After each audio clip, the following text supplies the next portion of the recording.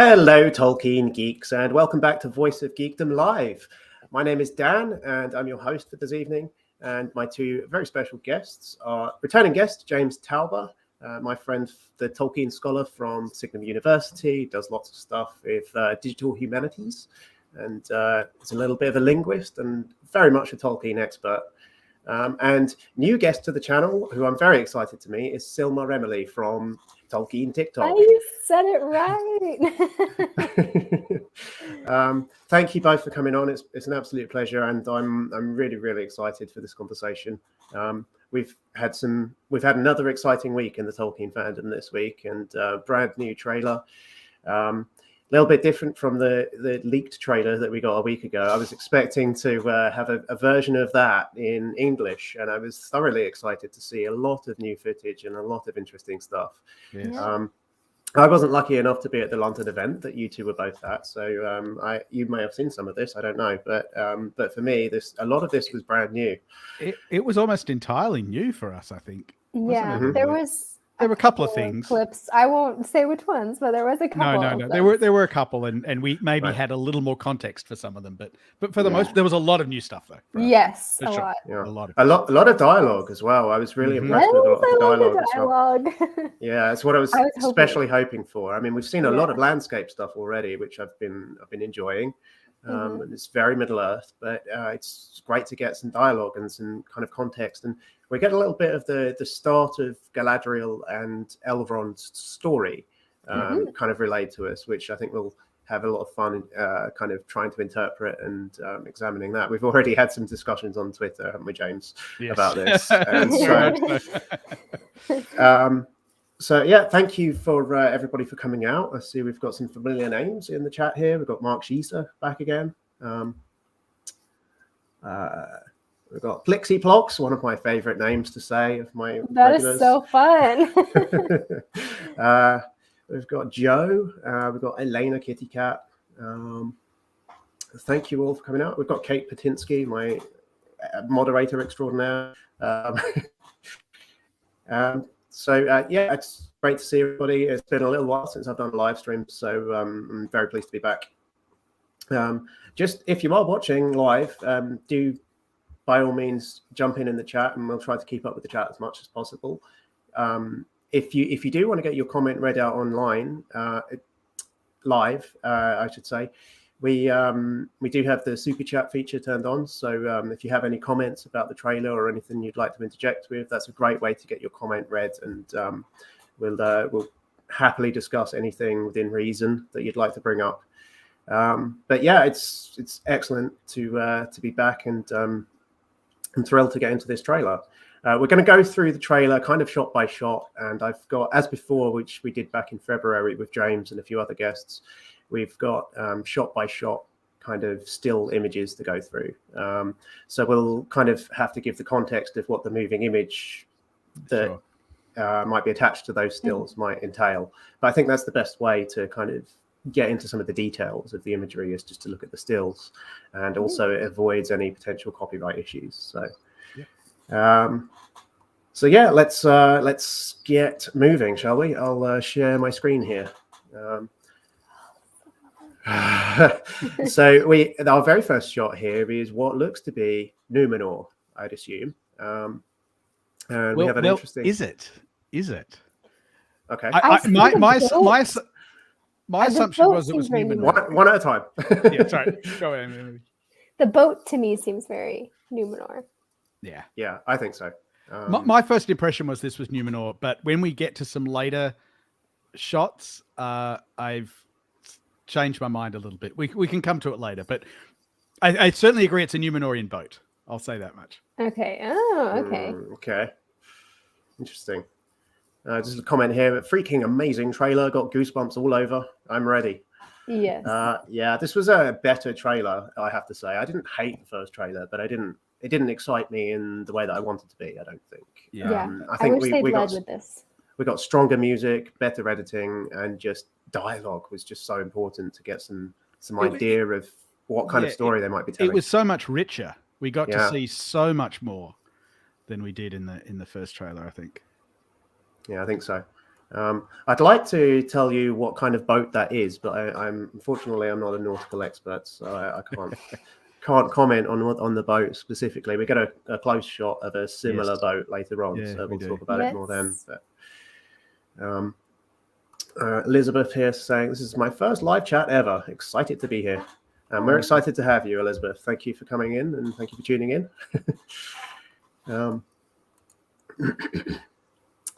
So yeah, so we think this. I mean, James, you sound like you have an idea about. Well, I'm not sure. Location. I'm not sure about this shot, but there are certainly subsequent shots that at first I thought were Numenor, and then I somewhat changed my mind about. The only question I have here is this is a river, right? This seems to be a river, and I don't know if we're going to see rivers in Numenor. There are a couple of rivers in Numenor, aren't there? I don't know if we're going to see them.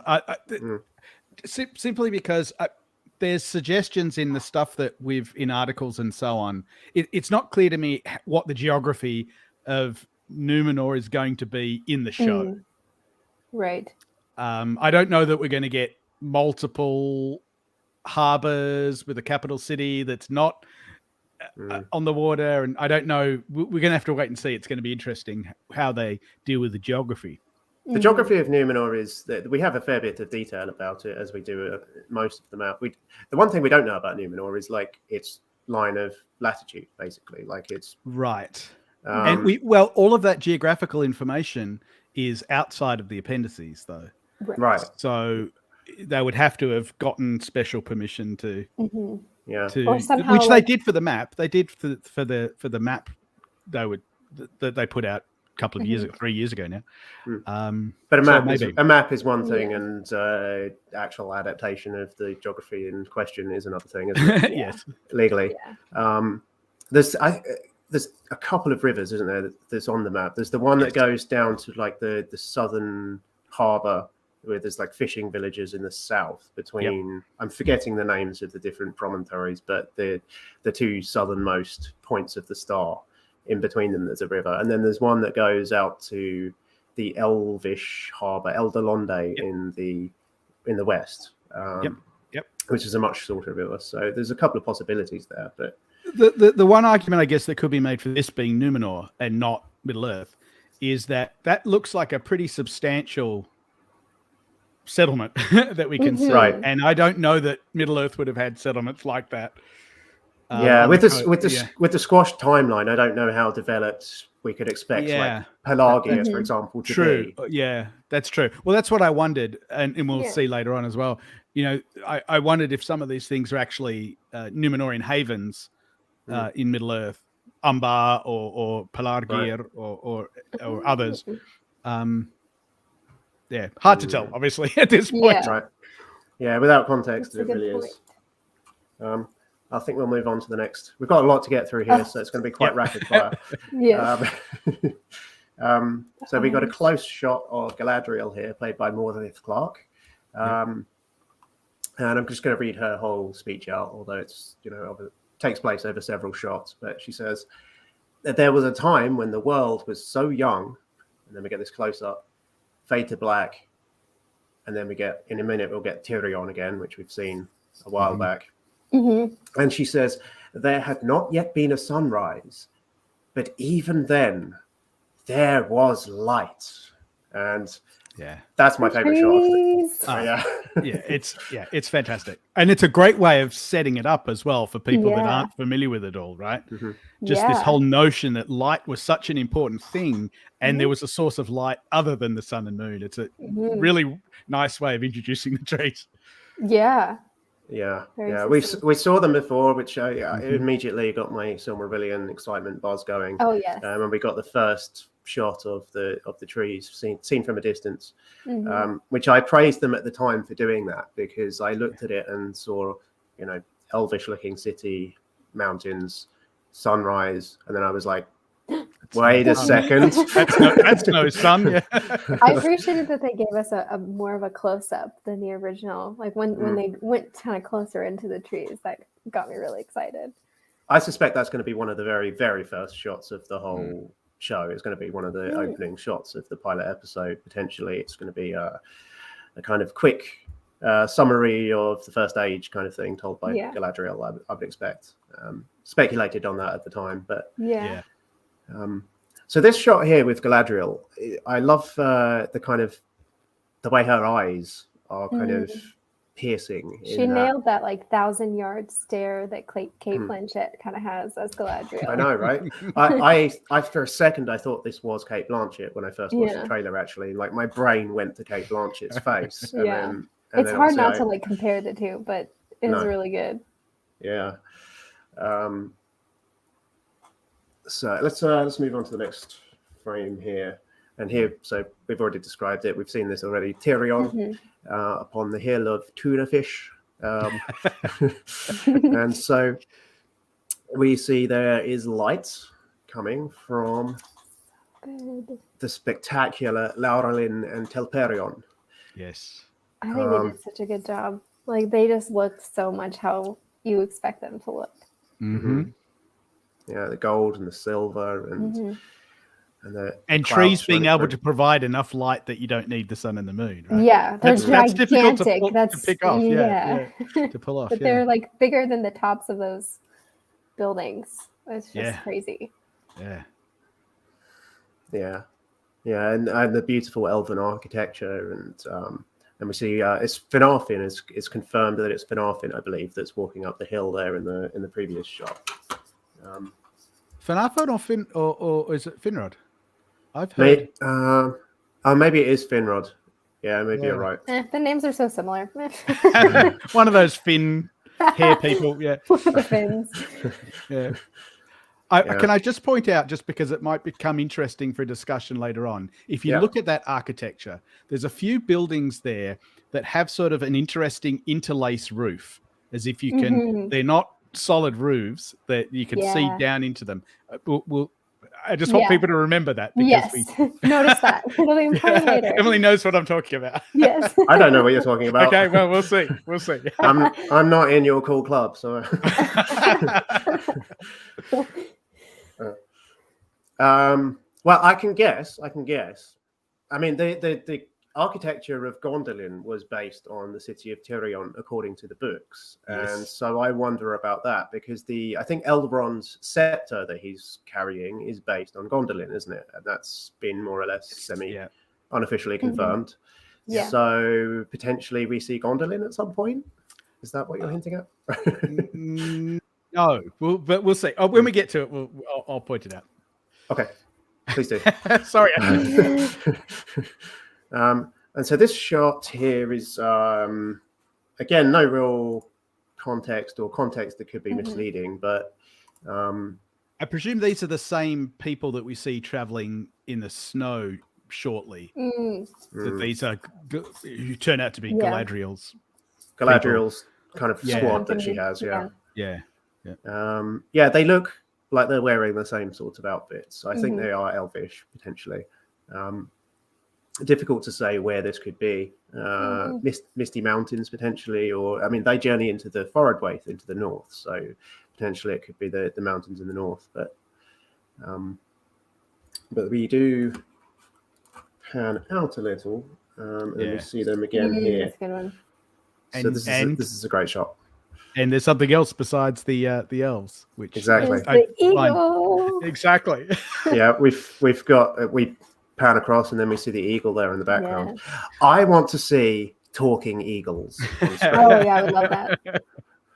So why do you think, what's your sort of take on the eagle being in this? Because I actually love this idea that it's unexpected, right? It's not focused on the eagle. We're seeing presumably Galadriel from what's coming up with a group of travelers. And, oh, by the way, there's just an eagle that happens to be hovering slightly ahead.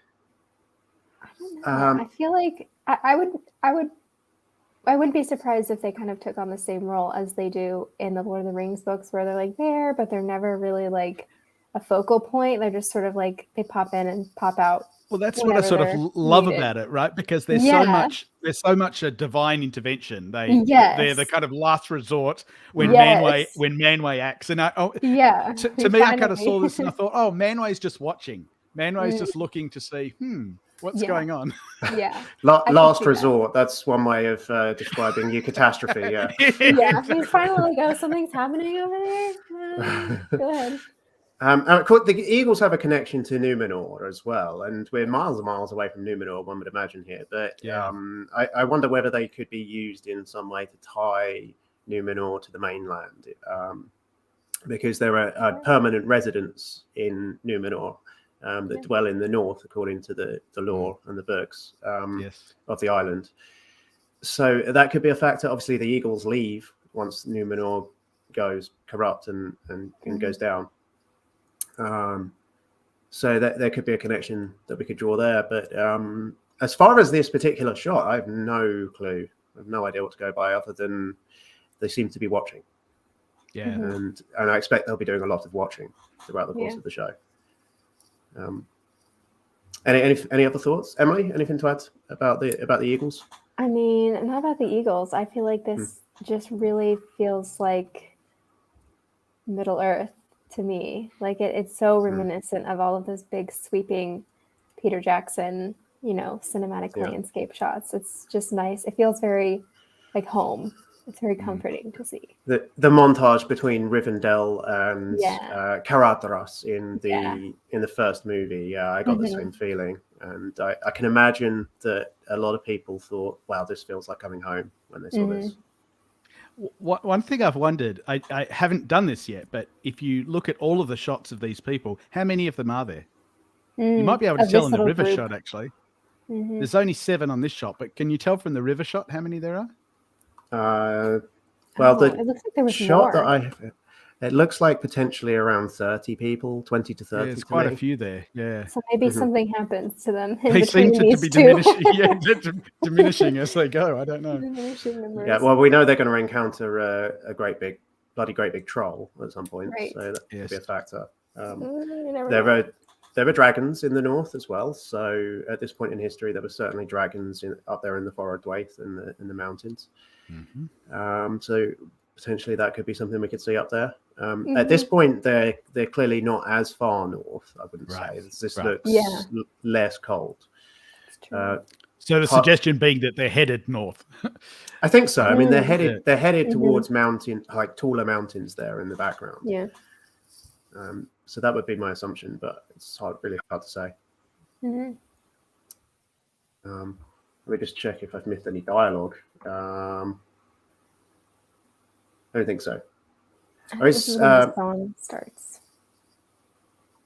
Yeah, the vocals. Yeah, I do want to take a moment on the music, actually, because one of my big criticisms of the first trailer, the February trailer, that is, was the music.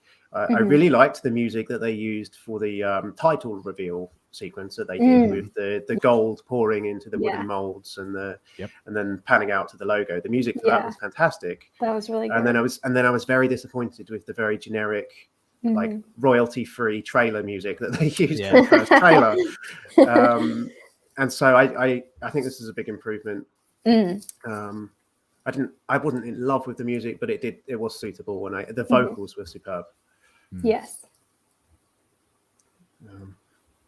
Just moving across the screens here. So this looks to be Lindon.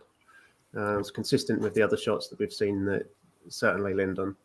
So and this is just gorgeous. I mean, I love. Man, yeah. This is what you want to see in Middle Earth, in an elvish settlement. Yeah. It feels very Rivendell-esque. Yeah, it does, especially the waterfalls, the bridges and the waterfalls. I was like, oh, that the bridge and the waterfall is certainly, is a calling to that. Yeah, and it seems almost older architecturally than some other depictions of Rivendell, and more at one with nature in some way. It blends in more. Integrated, yeah. And I love the fact they've gone with a different. I mean, this has a different feel from a flora point of view. The trees here, are different. The leaf, the sort of, is it birches? Are these birch? I don't know my trees. Yeah, it looks like birches. But it's a nice touch that this is a different region than in Ladris, so it's going to have different types of trees. Yeah. Yeah, it has a slightly kind of autumnal feel, which Yes. It does. It paints a kind of picture of the elves fading to me quite nicely. It has that kind of visual touch to the way that they've used color here. Mm-hmm. And yeah, we move on here. So is this where we're getting the dialogue? This is where we get. Yeah, I was about to say this is where we're getting the dialogue from. I believe the Harfoots. Yes, from Marigold. Yep, Marigold. It turns out to be Marigold. We don't know at first, but yeah, it's I had no idea who it was if I hadn't had your wonderful transcript that you provided. So this is Marigold, played by Sarah Zwangobani, I believe, and we get some Nori here as well. I think possibly. Do we? I'm not sure at this point. I think this is just Marigold. She does the whole thing about the elves. The elves have theirs. The forests. The men have their field of grains. Yeah. Yeah, elves have forests to protect. Dwarves have their mines, and this is when we get this shot. Men, their fields of grain, which we'll get in a moment. But we Harfoots have each other. Which is a wonderful way of setting up that their whole world is about to be turned. I really appreciated we're safe, and then the meteor crashing. I was like, that's great. Comedic timing there. This shot is amazing. I'm so excited. I really like Kingdom.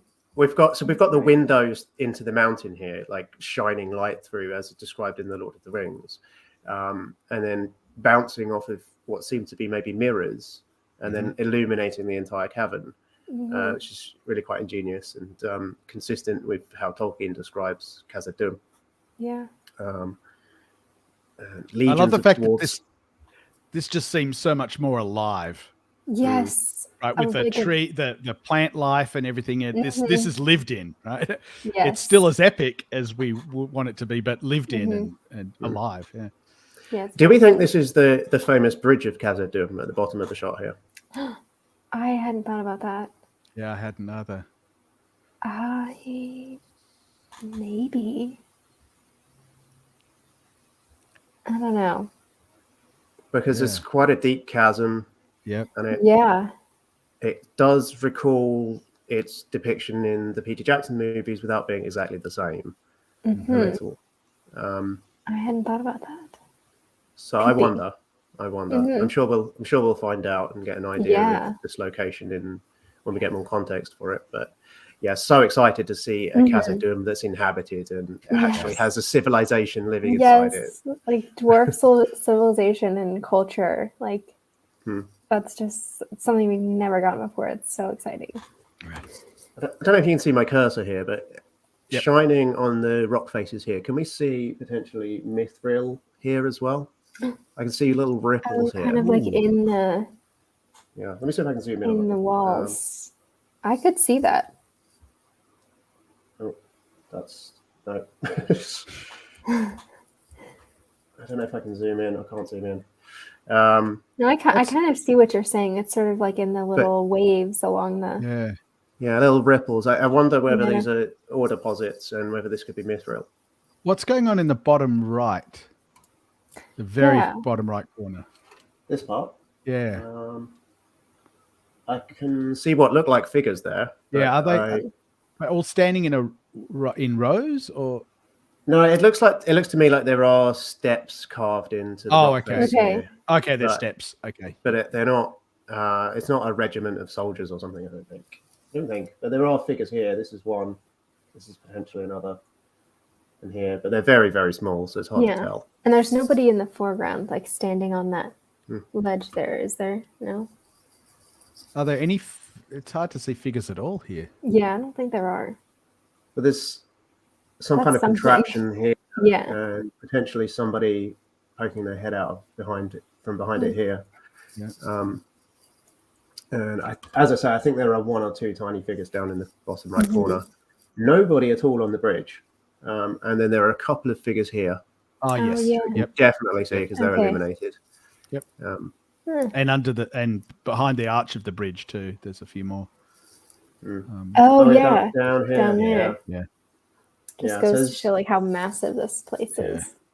So it's potentially a thriving city, but this is obviously an establishing shot, and that's why they've used it for here. Yeah. Just take a moment just to say thank you, Plixiplox, $2. Says have the run. Good to see / meet you all, and cheers. As a regular viewer, hopefully he'll watch this back at some point. Good to have you, and take care and have a nice evening. That's so kind. Let's take that off the screen there. So I think we'll move on, and this is where Marigold is telling us about the men who have their tilt fields, their fields of grain. Yep. And so this is not Numenor, presumably. This is, I would imagine, this is the Middle Earth. Yep. Yeah. Which I'm glad to see that they'll be present and accounted for and part of the story too, because that's really interesting too. Actually, part of the Second Age is Numenor's colonization and their deforestation and their interactions with the middlemen, and how they kind of come as benevolent teachers, helpers and teachers. And then, sounds so familiar. Exactly. Yes, and then turn out to be lords and and tyrants essentially in the end, and colonizers basically. Yeah. And that's the word that comes to mind, definitely. Here I am, an Englishman talking to an Australian and American about this. Not one to talk, but yeah, I am looking forward to them exploring this issue and to see these men and how they interact with the Numenoreans and how they play a part in the story. It's one of those untold stories that the showrunners have alluded to, actually, because although it's part of the histories, we don't get characters from this world. I feel like this could be where Theo and Bronwyn live. Like, I feel like in some of their images, the proto images, this seems like maybe their town or an adjacent town or somewhere that they go or have been. Yeah, it's a possibility. Those are characters that will be fitting into that dynamic of the natives of Middle Earth. And one of the things the showrunners have made clear is that they really want to use season 1 to help us understand the different groups, the different areas, and so we understand what's at stake. So I think it's going to be really interesting what the relationship between all these groups is going to be. What's the relationship between these men and the elves? Do they have any interaction with elves at all? Do they have any interaction with the Harfoots? Do they have any interaction? Are they even aware of the Numenoreans at this point? There's all sorts of interesting dynamics, I think, that can be explored. Yeah. With a feature of the Squash timeline is that it's difficult to be able to tell exactly at what point those interactions are developed, because we're starting off with a young Isildur, for instance, and it's at that point the Numenoreans were already doing their conquering and whatnot. We would like to see some of that play out, but it'd be interesting to see how they adapt that to screen. Yeah. I think we'll move on to the next shot. So here we get moose people. James, we talked about this quite a bit on the first trailer, these strange moose people. One question I was just going to ask is, do we group these with the men or do we group these with the Harfoots? I'm working on the assumption that these are potentially Harfoots because of the costumes that we've seen, not in this shot because you can't tell from this distance, but other shots that we've seen of them look similar. I don't think we knew that. I don't think we knew that when we last spoke about, when we looked at the trailer in February. I assumed anyway that they were men. I think it was the Empire magazine article that made me realize that these there was were like a close up Harfoots. of one of them with one of the showrunners, I believe. An image. It was a thought that I'd had before I saw that image, but I'm working on the assumption that these are Harfoots, and potentially, being that they are hobbits, potentially this is strategy to repel potential predators. Look bigger. Or, yeah. Yes, Yeah. exactly. That's a good point. Yeah. I hadn't thought of that. That makes a lot of sense. Um, Also explains why the antlers are so big, right? right. Yeah. Because relative to a hobbit, they would be. Yeah. Although those must be particularly strong hobbits. Yes. Yeah. If they are. Harfoots, I should say. Let's not dwell on this too long. But we've got another shot here of one of the Harfoots, I'm assuming. Oh, yeah. I think we can reasonably assume blowing through some instrument or horn or dog whistle or something. Yep. Any thoughts? Is this setting up the sort of ceremony that we've certainly seen? Where they're dancing. Yeah. I don't know. What is the next shot here? Is it of that sort of? This one. Oh yeah. Yeah, I wondered if it was related in the sense that it's part of the music making and the dancing and everything. It could be. That. Or some sort of like warning, like a lookout, warning somebody coming. Yeah, I enjoy their little celebration here because it does feel very proto-Hobbit, doesn't it? Yes. The revelry and the dancing and the kind of, recalls images that we've seen before of Merry and Pippin dancing on tables in pubs, doesn't it? But at a more primitive stage in their society's evolution. So it's good to see hobbits acting like hobbits, and yes, I don't know that the Harfoots is like the thing that I'm looking forward to the most, but it is intriguing. Yeah, it's interesting why they're doing that if they feel that they need to have a perspective of a group that Ewok vibes it. Yeah, it's true. Obviously in Lord of the Rings, the fact that there's almost always a hobbit there helps to give the narrator justification for explaining things. Yeah. Right? I don't know whether you need. It's going to be interesting to see how they use it in this. Yeah. In this, I'm hoping it's just like what we were talking about earlier, like as a way to kind of set up the different cultures and like races of people interacting, and having maybe a smaller role at the beginning and then having a bigger one later once we kind of learn to care about them. Well, I always come back to when this topic comes up with the Harfoots. I always come back to the Vanity Fair article that came out with the first trailer, which was last time we spoke about this, James. This was brand new, but the phrase that the writer of that article used to describe their storyline as she had seen it in the first 3 episodes was that she compared it to I'm forgetting the names, but those 2 characters from Hamlet. Rosencrantz and Guildenstern. That's it. Yeah. So I always forget those names because they're I can remember my Finarfin from my Fingolfin, but your Rosencrantz from your Guildenstern. Well, of course, the funny thing that is the sort of basis for the Tom Stoppard play Rosencrantz and Guildenstern are Dead. Is this idea that they're indistinguishable anyway because they're such minor characters in Hamlet. Yeah. He plays on this whole idea of they don't even know which one is which. Yes, Guildenstern has to keep asking, "Am I Rosencrantz or am I Guildenstern?" Yes. And my understanding of that play is that it takes place like concurrent with Hamlet, but those 2 characters are there in the background. It's what if you took a minor character in the play and looked at everything from their point of view? Yeah. But then it explores the idea of Hamlet Shakespeare hadn't worked out that stuff.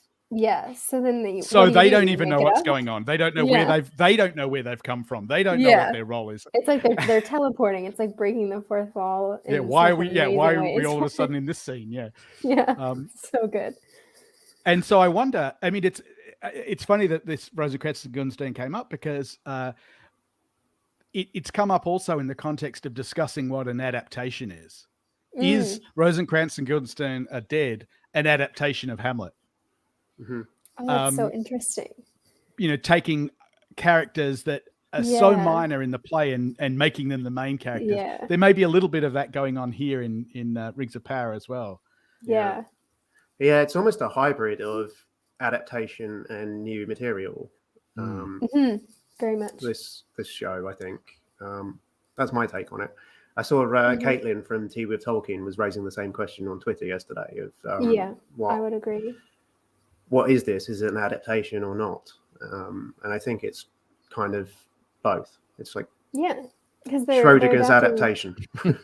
They're adapting what they can, and then anything that isn't adaptable, they're writing in. They're filling in the blanks that Tolkien left. Yeah. Anyway, let's move on. We've got a lot to get through here, and I don't want to keep you guys all day. This character is new to me. This is Marigold. This is Marigold. Yes. Okay. So yeah, I believe this is who I had when they first in February gave out the character posters. I think this is my character that I got. Oh, right. Okay. Okay. Yes. Excellent. Right. Yeah, you carefully categorized all those and put it in a spreadsheet for us, James. So I did. Although I wasn't one of the select few. Emily's original. Emily's old school. I don't know how I got one then. No, I'm never in the cool club. So we'll wait and see. We've got first age, second age, third age here. That's what I'm thinking. So the much talked about kind of leaves in the hair look on full display here again, and it's I guess it's a fashion item. And do we get her voiceover voiced from her lips in this shot? I'm forgetting. Yes, and it's the same voice. So I think she's saying all the lines, but when we see her, this is when she's saying we have our safety or whatever. What's her line again? The last line? I think she says we're safe or we're safe. Yeah, we're safe. Yeah, I didn't read that out actually. Yeah. And the next shot is the meteor there. Right. We're not that safe. There you go. And that is Nori, who we have seen before, and did the one bit of dialogue that we saw heard in the first trailer was her, wasn't it? Yes, that's right. There's a whole wide world out there, or whatever she says. Yeah. And not just a world, but astronomical events are happening, and we get a meteorite falling to Earth. The much talked about Meteor Man, who we'll get another interesting shot of later on. In this trailer, I can't remember. Do we see many other shots of people seeing this meteor? Because one of the things that was interesting about the previous, there's a couple of shots where you see it go across. Because there was that trailer where you saw lots and well, it was implied. It could be clever editing, but it was implied that everyone saw it. Gil-galad saw it. The Hobbits saw it. And one of the things Prince Durin as well, who I think that was clever editing because it looks like he's underground. Okay, underground, yeah. But what I like about what that was trying to convey, I think, was this is something that's going to affect all of them. Right, combined with the dialogue we just heard about them kind of living their separate lives, but then all of a sudden the meteor seems to be the thing that's going to unite them because they're all going to somehow be affected by the results of this meteor landing, whatever it is. Yeah, I have a working theory about Meteor Man, but I think we'll get to it later on. I'm not sure, but and this is Nori still looking at the comet, is it? Yep, the landing. This is where it lands. Where it crashes. Where it crashes. Explodes. Yeah. It's interesting that rock formation can't be accidental because they've gone to the trouble of shining the shaft of light through it and everything. In the sense, I mean, it's not accidental in the sense it's just somewhere in New Zealand that they just happen to be filming. There seems to be quite some thought put into that. I saw on Twitter earlier today somebody pointing out other places you can see that hole in the formation? Rock, and it's in a scene we've seen before with the Moose Men. There's a shot where the Moose Men walking along, and you see a hole in a rock like that. Interesting. So maybe other people watching can go look at other stuff too, but look out for the hole in the rock. Yeah, I've never noticed that. That's interesting. I'll have to look out. I hadn't noticed either until somebody was talking about it on Twitter. Yeah, my approach to these trailers is to watch them as a regular viewer would, and just watch them when they come out, and not overanalyze until I'm on air doing this stuff. So this is my time to pick things apart. But yeah, I will go back and check that out. And here we get Frozen Waterfall, which we've seen before. Which was said before, yep. Which But is amazing, but yes. Yes, it's fantastic. And here we see Elrond and Galadriel. I don't think it's Elrond. Or it's not Elrond that she's talking to in this scene, is it? But it's his voiceover, though. It's his voice. It's his voiceover, but I think this is just one of the elves that's accompanying her north. Yes. Yeah. I didn't get the impression that Elrond comes north with her. But, no. We see this elf in a moment, and it's not. I'm pretty sure it's we see him climbing, don't we? I think. Yeah. Well, we see them standing there, but yeah. Oh yeah, he like some ice falls and kind of knocks his hand, and he. So the next sequence of dialogue is Elrond talking shortly after the waterfall, and Elrond says, "You have fought long enough, Galadriel," and I did appreciate his pronunciation. Yes. I was going to say, I don't know if anyone who saw my interview with Leith, we talked about that, and it was she was always saying Galadriel, and I got the impression that they were a lot more careful in this show than in the Peter Jackson movies. Peter Jackson movie was all over the place in terms of pronunciation of words, unless you're Christopher Lee, who got it right all the time. Well, because it's Christopher Lee, though. I mean, exactly. There's a reason why he got the audiobook gig for Children of Húrin, wasn't there? Yeah, exactly. So yeah, I imagine we're going to be seeing Galadriel pronounced as Galadriel all the time. Yes, in this TV show. Leaf. All hail Leaf. Yeah. I don't know if any of my mods will be able to find that interview and plug it in the chat there for people, but I do commend that to people. It's on your Twitter feed, isn't it, James? I think tweeted about it recently. Yes. So if you do want to find that, find James on Twitter and find it from there. But yeah, it's well worth a listen. I think we talked about that a bit at Midnight potentially. At one point. Which I hadn't listened to at that point, but yeah. So yeah, it's continuing on with the dialogue here. We Galadriel in the next shot, which I'll just move on to straight away, plunges her broken sword into the ground, and then there's a fade to black, and Elrond says, "Put up your sword." Yeah, so this isn't Elrond here in the north. I think they're using this as something to show while they're starting that dialogue. We get to the actual scene, I think, where Elrond and Galadriel are talking. But... I just love the armor. Yes. In these shots, you can see, like, especially the one where she puts her sword in, you can see the pointed toes of her armor and the stars that are kind of emblazoned on the chainmail. I just love it. I think it looks so good. It's very like medieval. It looks ancient. Like you can see that this is armor she's had for a very long time and she's worn for a very long time. Yeah, but it's also very well made armor. It looks lightweight but strong, and yes, brilliant craftsmanship. Yes, as it should be. And then this is the scene with Elrond that we now move to, and so yeah, it's kind of slightly creative editing to, again, it's similar to where we get Marigold talking in the previous. Yes, it ends on the actual scene where they're talking. Yeah. We're getting some spam in the chat here, so hopefully somebody can take care of that. It's done. Yeah. So sorry, I lost my train of thought there. Elrond talking, and he's just said, "Put up your sword." And so we then come to Galadriel's response. And here they appear to be in. I just noticed for the first time she's carrying her 2 trees dagger there by the looks of it. Is that? Oh, she is. Yeah. You can see it just peeking out. The hilt. I hadn't noticed that. Sorry, I just got excited there. Didn't I? Yeah. Yeah, I think she probably sleeps with that dagger. Yeah, I don't think I've seen a shot of Galadriel where she doesn't have the dagger. Actually. Yeah. Yeah. It'd be very symbolic. I'd be more surprised if she doesn't have it. Yes. It's funny because Morvith Clark is near the same age as Cate Blanchett was when she filmed Lord of the Rings.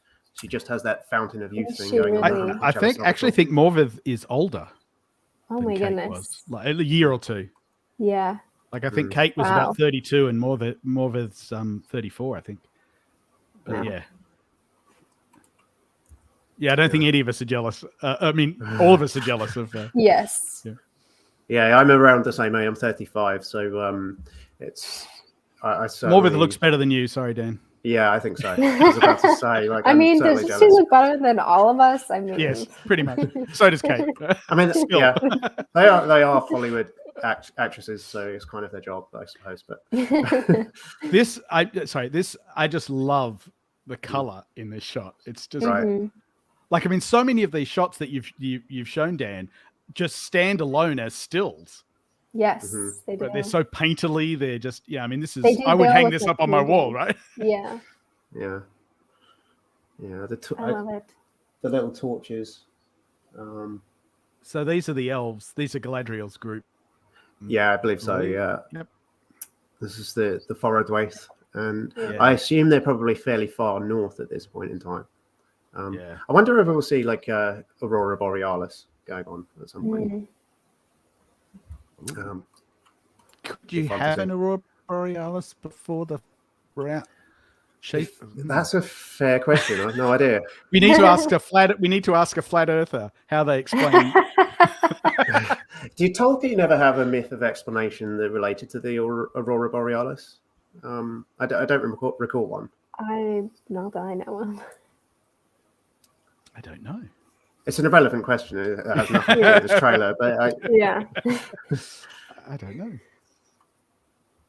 it's an intriguing one. I would have liked to have seen the Numenorean lamps that we get references to in like the story of Tauber at one point, for instance. You know, Yep. I would have liked to have seen those at some point, and this would have been a nice place to have those. But maybe it's something that they didn't have the rights to or didn't likely. think of. But Yeah.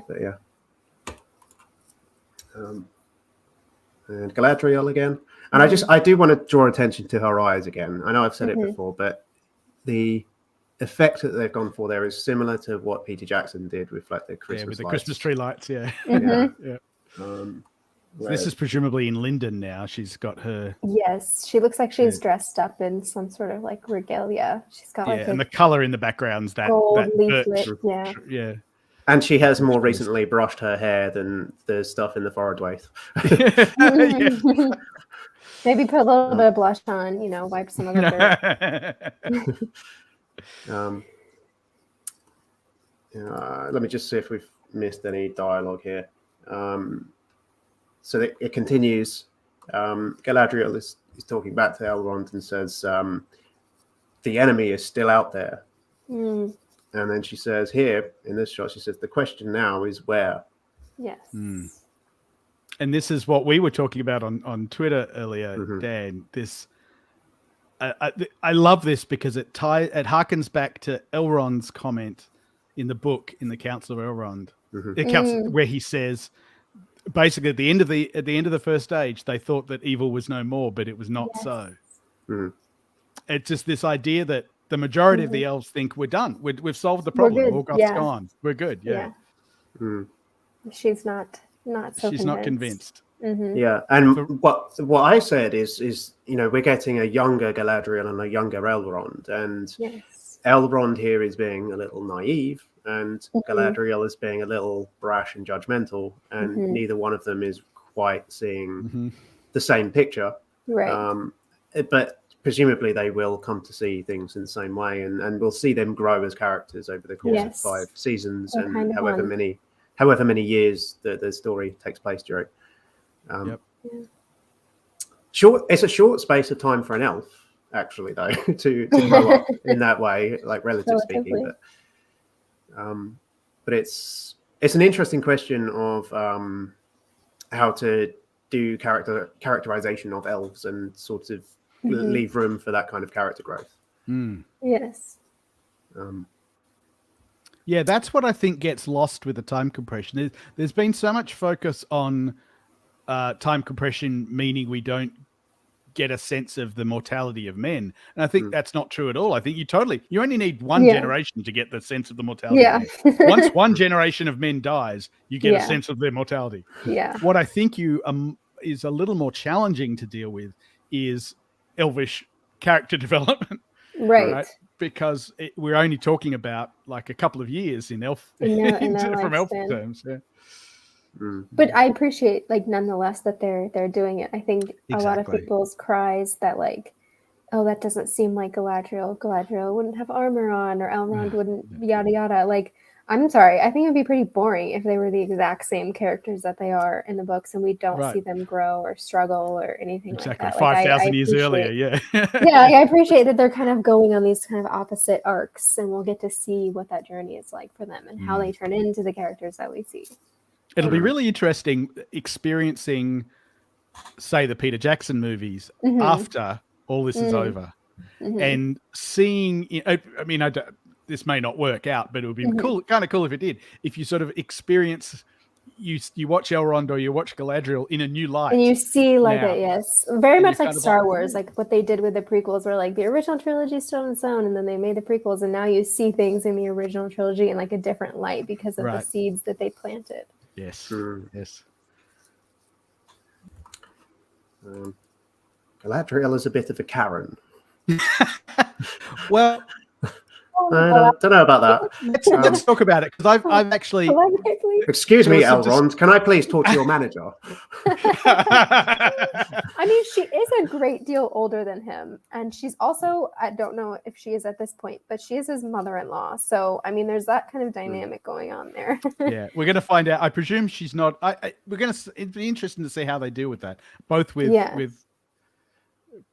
Elrond's wife and her husband. Like, we don't know anything about them yet. Right. So who knows if that's the nature of their relationship at that point. But I think that's something that they are definitely thinking of when they are writing the dialogue between these characters. Yeah. I think I did read somewhere that they did have a plan for Celebrian. Yes. I hope so. I don't know whether it's something I was told by somebody or whether it's something I've seen in social media somewhere. I don't recall, but but you would certainly hope so. But they don't marry until early third age, do they? I don't think, in terms of the books. Yes. But Galadriel should be married at this point. But yes, but that's another question. Yeah. Where is Celeborn? Yes. Again, I do believe that there will be a plan for Celeborn. There must be. I think so. I think they're just shifting things around. Yeah. A little bit there. Yeah. And this is Galadriel's group, and I think we can see the troll, the ice troll, here in the background. In the foreground, right? Oh, no. Also, isn't there a hand? Isn't that a hand? It's hard to tell with the movement, but it's so dark. Yeah. I thought there was also on the left there a hand. Kind of. I can't remember without seeing it. Yeah. Anyway, there's scary stuff going on here. Yes, cave something, looking for trolls, looking for clues. Yes. I mean, there's snow on the ground, so presumably this is some ruin they've found in Farthway. In the north somewhere. Yeah. The ruins of Autumno, potentially. Yes, potentially.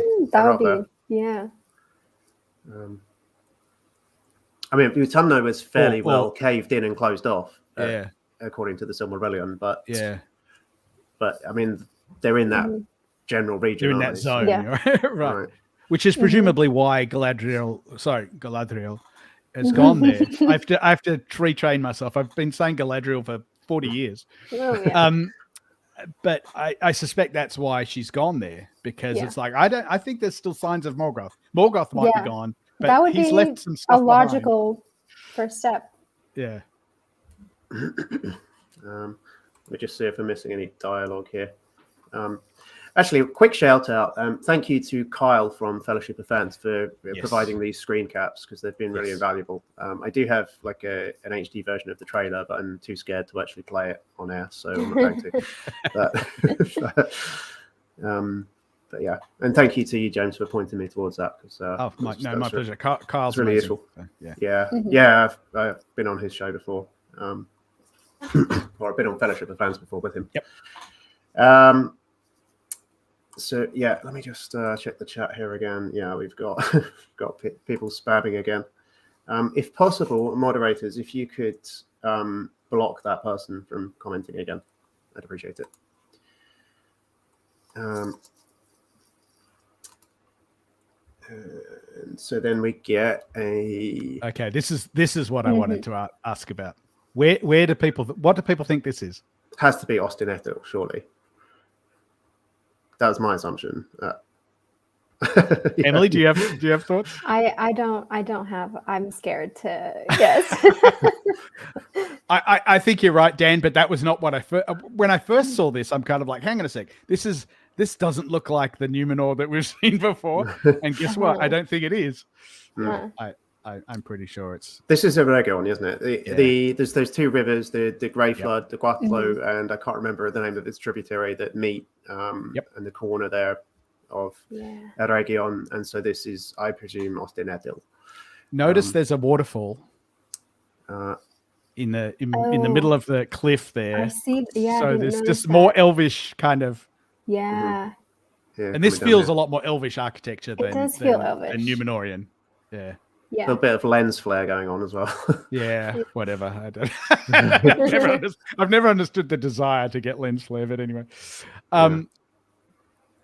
It's funny because film cinematographers take so much effort to avoid it, and then the visual effects people go and put it back in. Put it back in post, yeah. Oh my gosh. But this is really interesting architecture. It is. Yeah, a lot of circles going on. Yeah, I was noticing that. Concentric circles here. Yeah, no straight lines in the. No. Well, there are in the bridges, but on the roads in the land part, they're all curved. Yeah. Mm-hmm. And some aqueducts or viaducts at the back here, and some kind of evidence of advanced technology relative to the medieval era in a way. So Noldor says to me Noldor all over. This almost looks like one, that meme that, this is what the future would look like if blah, blah, blah. If and it's, boomers could pronounce Chipotle correctly. This to me looks almost like that, right? It's this idyllic, almost futuristic garden. Utopia. Utopian city, yeah. It's very like Olmstedian or like someone like a landscape architect who's created some like perfect city. This is what they would create. With lots of green space and yeah. Yeah, this is gorgeous to me. This is a place I would like to visit. Absolutely, yeah. If they make a theme park, base it off this. Well, you've got the best of both worlds. You've got the water, you've got the forest. Like, what more could you want? Yeah, exactly. I'm intrigued by this location more than almost any other, actually, and I'm pleased that we see it in this trailer because that's one of my favorite fantasy settings. I think anywhere in literature, and this is where the rings are forged. The circles actually speak to me of the visual language of rings, actually, and I wonder whether that was something that they thought about. Ring roads in the city where the rings are made. Noticed that. I mean, symbolism everywhere. The other thing I wanted to ask you two about: do you have any thoughts on this strange obsession they seem to have with architects? We got told in the Vanity Fair article, I think it was, that Elrond is an architect, and then we find out about Elendil's daughter that she wants to be an architect. Yes. I'm like, what is this? Why? I feel like it's like a ancient Greece kind of career, like it seems like it's a very ancient, kind of steeped in tradition kind of career. That's my only guess. Yeah. I think last time we talked Rings of Power, we speculated that architect might be slightly kind of a little bit of a metaphor rather than a literal vocational but then description for Elrond. I thought that too until we got told that Earian is her name. Wants much to be an better architect. Yeah, much better than Kareen. That she wants to be an architect, and in fact, we're going to see a shot in a moment where she's holding scrolls. She looks like she's holding plans for something. Like It just struck architectural me as an odd thing to mention twice. But I don't know. We'll see if it has. But this is any sort of, incredible like, architecture. So I Mhm. mean, Yes. hats off to them for the architecture.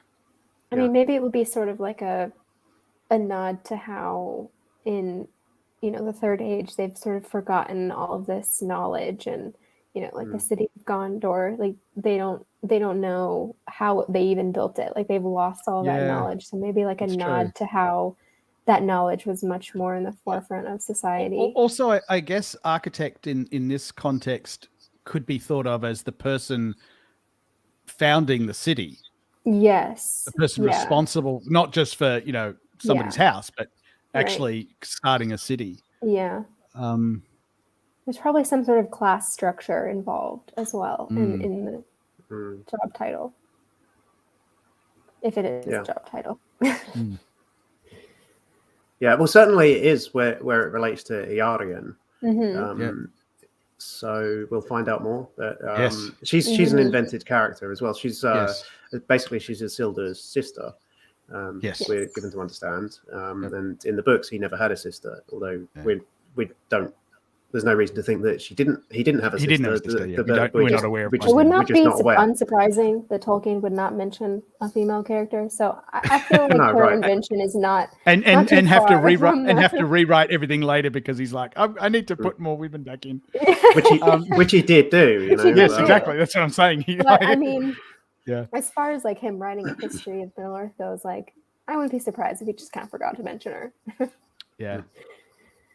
Or I mean, if you look at the way that genealogies in history have worked for, let's say, the immortals in Greece, for instance, the women, the mortal women, as they're kind of outlined in legend and so on, are often left out of those sorts of genealogies all the time. And so I think Tolkien was doing something where he was trying to do a kind of mythic thing where he was concentrating on the male line, totally. And then was telling more stories about women as he became more interested in women in Middle Earth and retcon things. But let's move on. Yep. Elrond. Oh, we get the good line coming up now. I love his, like, just the delivery of all of his lines. I think Wizard Breakquist was talking about this, where his delivery is just spot on. He embodies. They're both going to be, like, I think, big standouts in this series. And I'm glad we're getting to see dialogue, because that, again, has been something we've missed in previous trailers. It's very exciting to see. Yeah. And we know that Robert's a big fan. Yes, he's a big fan. I love that. He's sort of the almost the Christopher Lee of this show, in the sense of really knows his Tolkien and is helping the other cast members. He's not arguing or hey, wait, hold on. Weren't we told somewhere in one of the press pieces that came out that he was like diagramming stuff during downtime, and I think he was holding. I heard that he was holding like reading clubs with the other cast members. Taking very specific notes, and then if something didn't match up, he'd pipe in and be like, wait, hold on. Isn't that... I agree, he did nail this line, and I think this is a really important scene that we're seeing here, and it'd be great to see what leads up to it and everything. But read it to us, Dan. I will. So just directly after the overhead shot of the Haven, we get Elrond and Galadriel, and this is a kind of a continuation of the same conversation in a sense, at least as the editing presents it. Elrond says, "It is over." And Galadriel says, "You have not seen what I have seen." Elrond comes back, "I have seen my share." And then I'm getting goosebumps thinking about. I know. This was my favorite part of the whole trailer. Oh my gosh, my jaw! I think you can see in my reaction. My jaw. I was like, "Oh dang!" Yeah, the shot. I think I'm just going to actually go to the shot while you took it, because so we get this, and then we get Galadriel here in a scene of utter devastation, covered in soot and dust and a red hellish glare. I have my theory about what we're seeing here. So I have a question. Is the next shot what I think it is? I can't remember if we see. I believe so. This one. Yeah. So there's so many questions I have here. Yes, this is Just the to one get to get your opinions. One of the things I want to ask you, when she says you have not seen what I have seen, and the fact she repeats that with the pause, Yeah. it's amazing. But Mm-hmm. is she talking about past experience, or is she talking about a premonition she's had? Is this first stage, or is it downfall of Numenor? I think it's a premonition. I don't think they would. I don't I don't know what this is. Well, not necessarily this, but what Galadriel. I think she's Galadriel referring to. I think she's probably referring to both. I think she's probably using seen as like to encapsulate both, like things that she's witnessed in the past, and also things that she's. So you're hedging your bets, Emily. You're saying. Yeah, I think that the context. I mean, obviously, the context of the scene will give more light into it, but I don't know. The way she delivers the line makes me think she's referring to both. Mm-hmm. What we're seeing on screen. What we're seeing on screen here, I do not think is Numenor, because I don't think that they would show that in their first lengthy trailer. What it looks like is that we're looking up from underwater. Yep. Mm-hmm. And the camera kind of pans across, and it has the effect of like the Matrix bullet time, but potentially what we're seeing here is elves in the water. I think this is the kinslaying potentially, or if it's not underwater, it could be the War of Wrath. But that's a kind of an outside theory. I think this is probably the kinslaying, and there are reasons to think that. There's another shot of a group of similarly clad, dark-haired elves raising their swords that we've seen as well. So that looks very Oath of Feanor to me. Yes. So it makes sense that they're telling some of that story, and that we would see the kinslaying or some kind of allusion to it. Yep. So this is what I think this is. So do you think then that that's what Galadriel's Well, what's this then? Is this that same scene? No. I don't know, because she's got ash. She's covered in ash. It makes me think, I don't know, just something big has to be burning. There has to have been like a big fire. I think this is the soot and the ash that she's covered in makes me think of the Anfalglith, which is Art Garland after the Dagor Bragolak in the Quenta Silmarillion. So this is the arrival of Glaurung, basically, the big arrival, and this Battle of Sudden Flame, which the flames and the rivers of fire engulf the green plain outside of Angband, and then afterwards it's referred to as the Anfalglith, and it translates to gasping dust. Yeah. So that like immediately makes me think of that, the fact that she's covered in dust like this. Well, it's interesting. And we saw a scene in the February trailer of Finrod in a battle, and we see fire in the background, which to me said Dagor Bragolak again. Yep. So to me, this could be that. Which is interesting, because if they're showing the kinslaying and they're showing the Dagor Bragolak, then there are two instances where Galadriel lost large numbers of either side of her family, right? Yeah. So it's actually a good sum. If she had to make the case to Elrond, you've been through some stuff. I mean, Elrond could say, my dad became a planet and my mum became a bird. I mean, that's whacked out. And I was raised by two of the sons of Feanor. War criminals.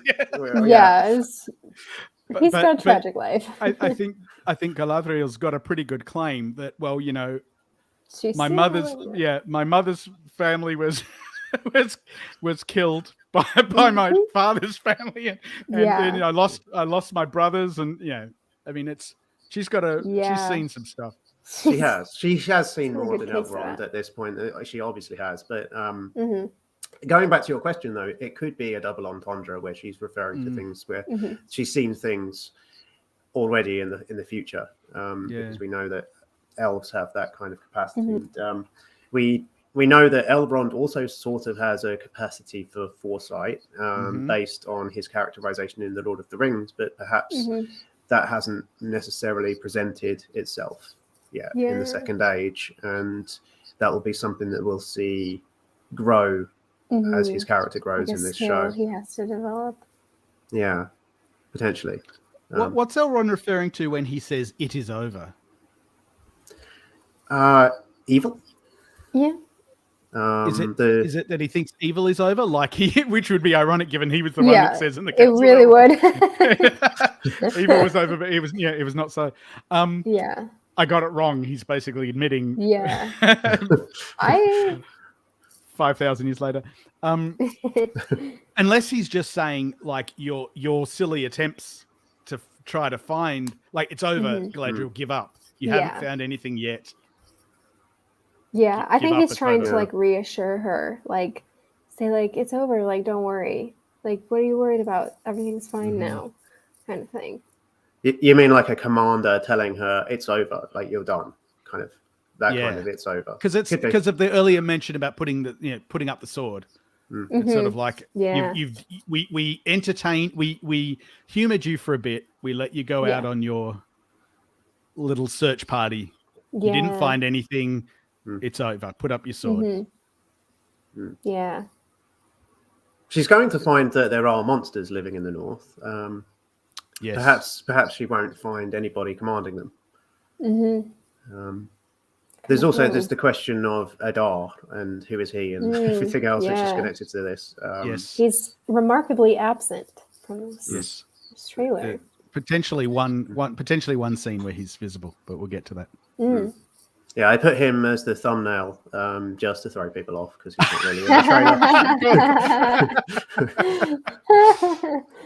Celebrimbor is completely absent in this, I think. He is, another notable absence. Yeah. This is just the way she repeats the line with the pause. It's just, You have not seen what I have seen. And her Instagram caption just. Oh my goodness, that was brilliant. Does Dan know about this? I don't think I saw that. No, what did she say? Am I allowed to say it? Yeah, go on. Yeah, well, you can bleep out the word. I don't know. It wasn't that strong. This is live. No. I mean, you could just say bleep. You could just say bleep. I don't know. She the actress shared the trailer on Instagram and the caption was like, "You have not seen what I have seen." Bleep. It was just a beautiful way of saying it was. And I tweeted it, and it got a lot of hits. I was like, I'm glad people at least know what I'm talking about. Yeah.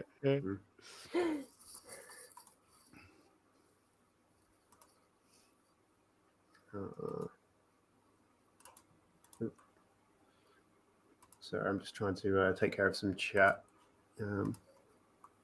Farming. Okay, let's move on.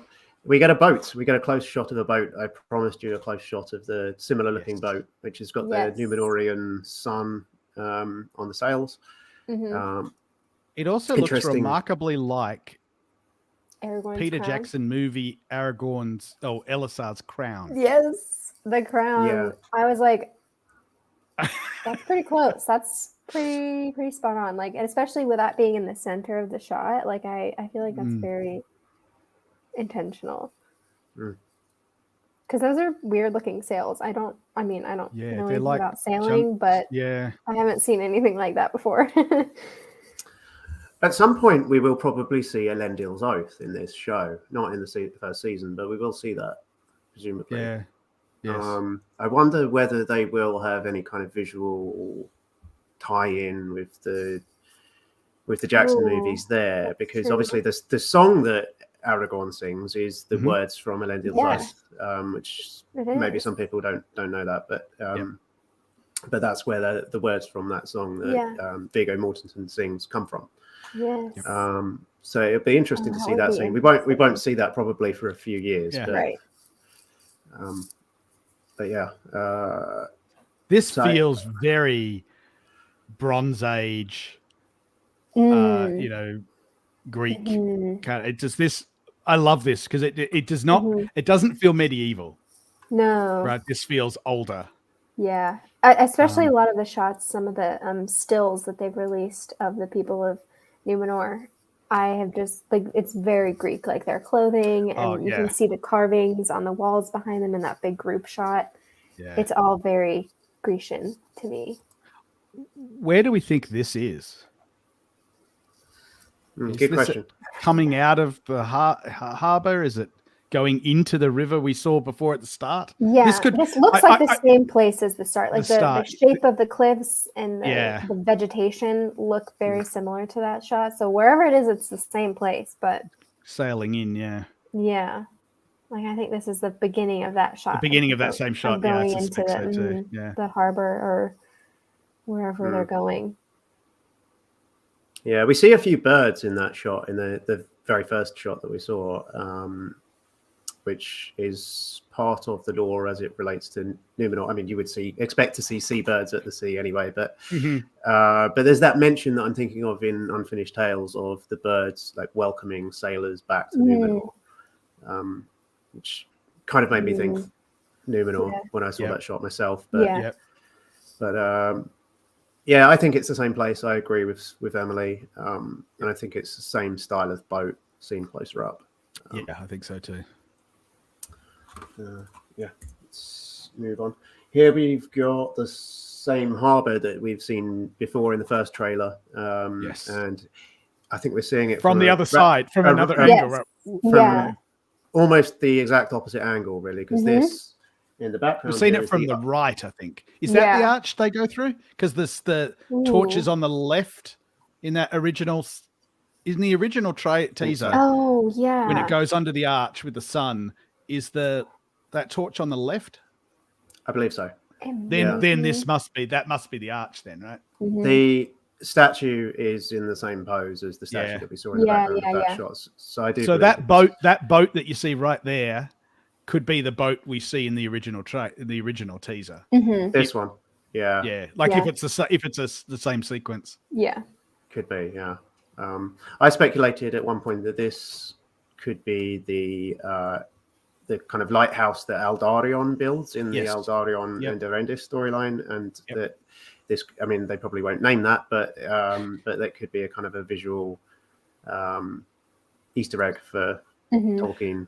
I think there's going to be a lot of Easter eggs like that, things that don't in any way run afoul of copyright, but the book readers are going to go, ooh, I wonder, I think there's going to be a lot of that. I feel like they've said something to that effect, where it's like, we can't name certain things, but there'll be stuff in there that they've kind of towed up to the line on, not including.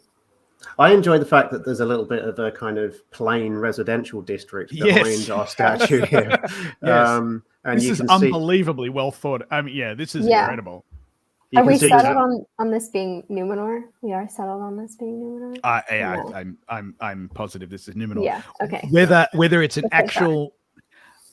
actual named place in Numenor, or if it's just some amalgam they've made up for the purposes of the show, I don't know. But this has to be Numenor.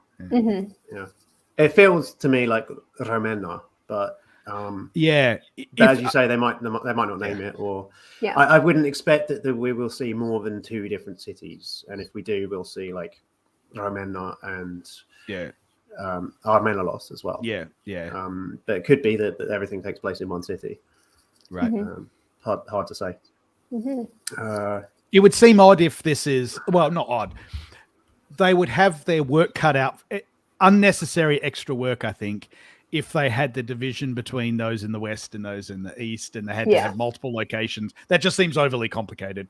For the TV especially show. because there are so many places that we're going to already. Anyway, why not just have one city? One Numenorean city's enough. Yeah, we'll probably just stick to one place in Numenor. Let's see the next shot. This is Gil-galad in the background, I believe, and this is probably Elrond. Probably Elrond. Sorry, I'm just still loving every single one of these shots. This is gorgeous. It really reminds me of that scene from Kung Fu Panda where he goes up Master Oogway by the tree. I haven't seen that in a really long time.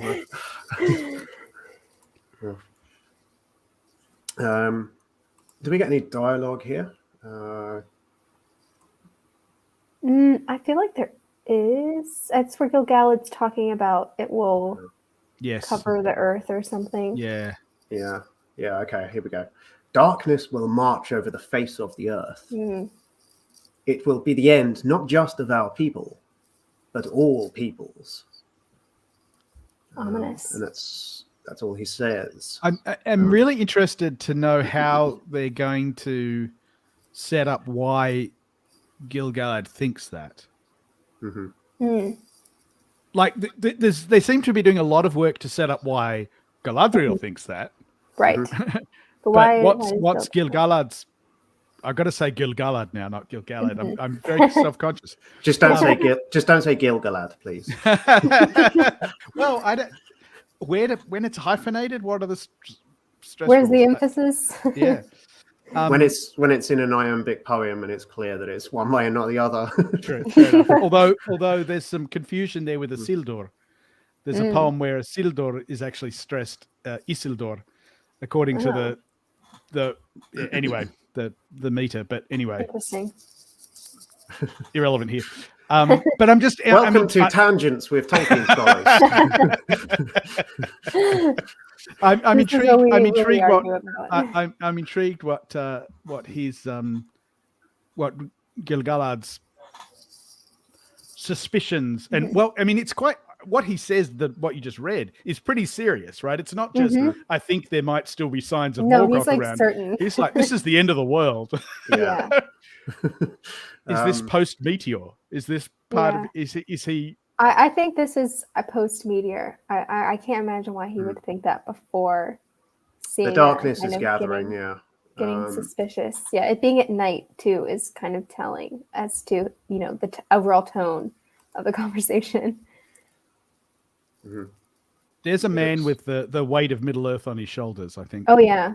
Yeah. He's got those wrinkles. I will say I'm very pleased that we're getting a Gil-galad that is aware and is does see things the way that Galadriel, to an extent, is seeing things, and because that is his role in the Legendarium, is to challenge evil as it rises. And I've referred already to the Eldarion and Durendis storylines. There's that wonderful letter that we get before the story finishes, where he's written twist. to the current king of Numenor. Yeah, the twist essentially. And he's asking for their aid and explaining why Eldarion has spent so much time with him. It's because they're creating an alliance in order to fight Sauron before they even know it's Sauron.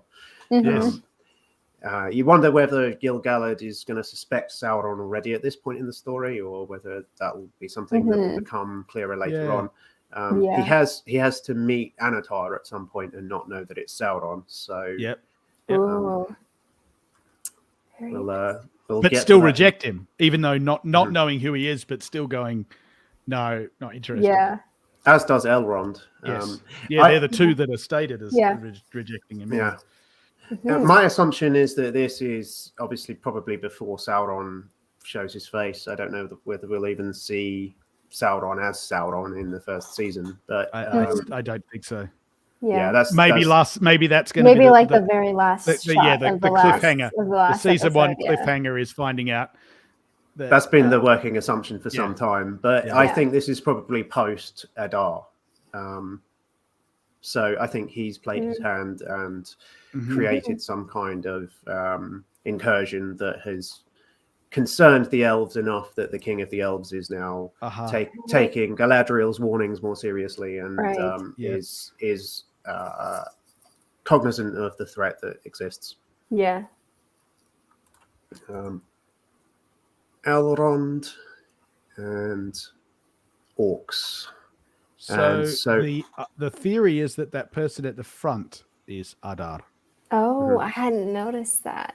I don't know if it is, but it could be. It could he's be. Dressed differently. He doesn't look like he's wearing like an orc. bone. He's not wearing like one of those bone helmets like the rest of them, or most of them seem to be wearing. It does look like Joseph Maule's distinctive forehead to me. I could see that, with the slick back hair. Yeah. And the rumor for some time has been that he will be leading a band of orcs in some kind of attack. And what do you make of his name, James? I don't know if I've asked you this before. I think it's just what the orcs call him. I don't think we know anything else about what. I suspect no one else. We're not going to see anyone else refer to him by name. Right. And so we call him Adar simply because that's what the orcs call him. So who is he? I don't know, but if I had to guess, I would say he is just a one of the evil men. Yeah. That was still around as a result of because we get that explanation at the start of the Akalabeth of there being basically three types of men: the ones that stayed in the east, the ones that went west and helped the elves, and the ones that went west and served Morgoth. And the ones that helped the elves became the Edain, or became the Dunedain. And the ones that were served Morgoth mostly went back east and became kings in the east.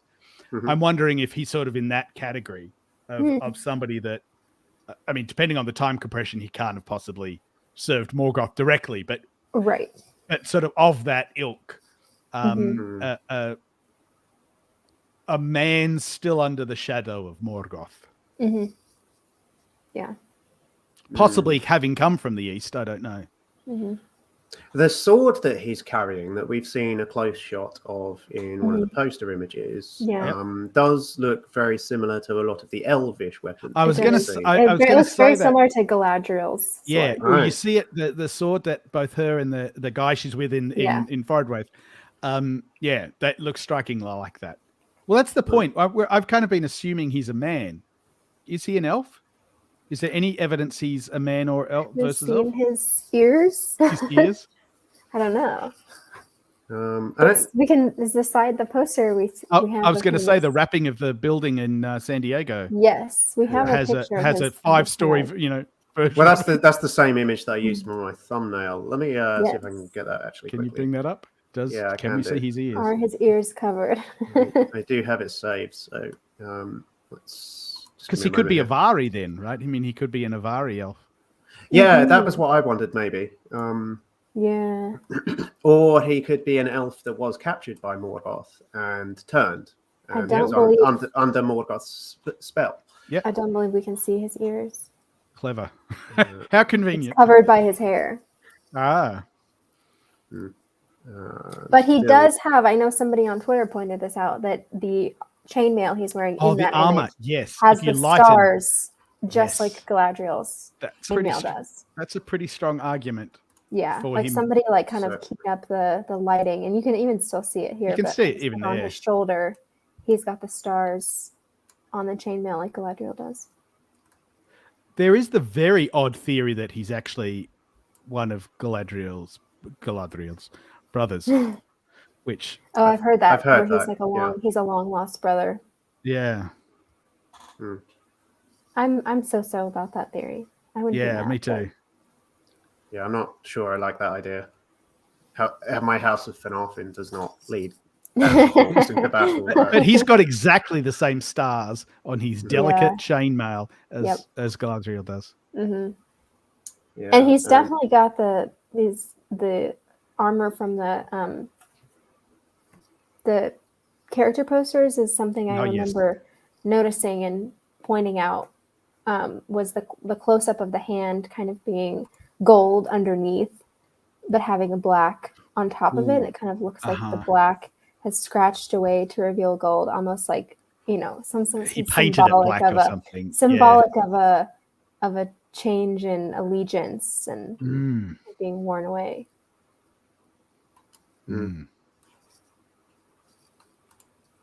I wonder where they're going to here. Like, where is this path, mountain path headed to?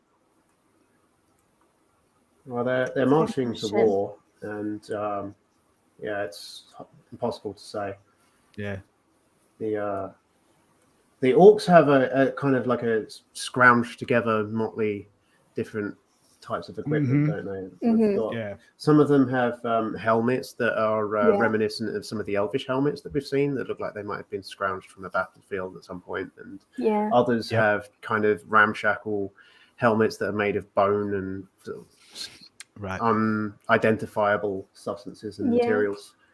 It looks like they've been just gathered from all over and kind of unified from their tribal settlements or whatever they've been doing in the meantime.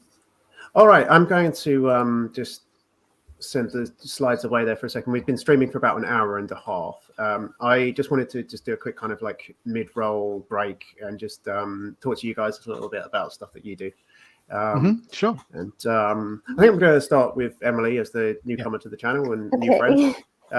You've come from TikTok. You make content on there. Tell us about that.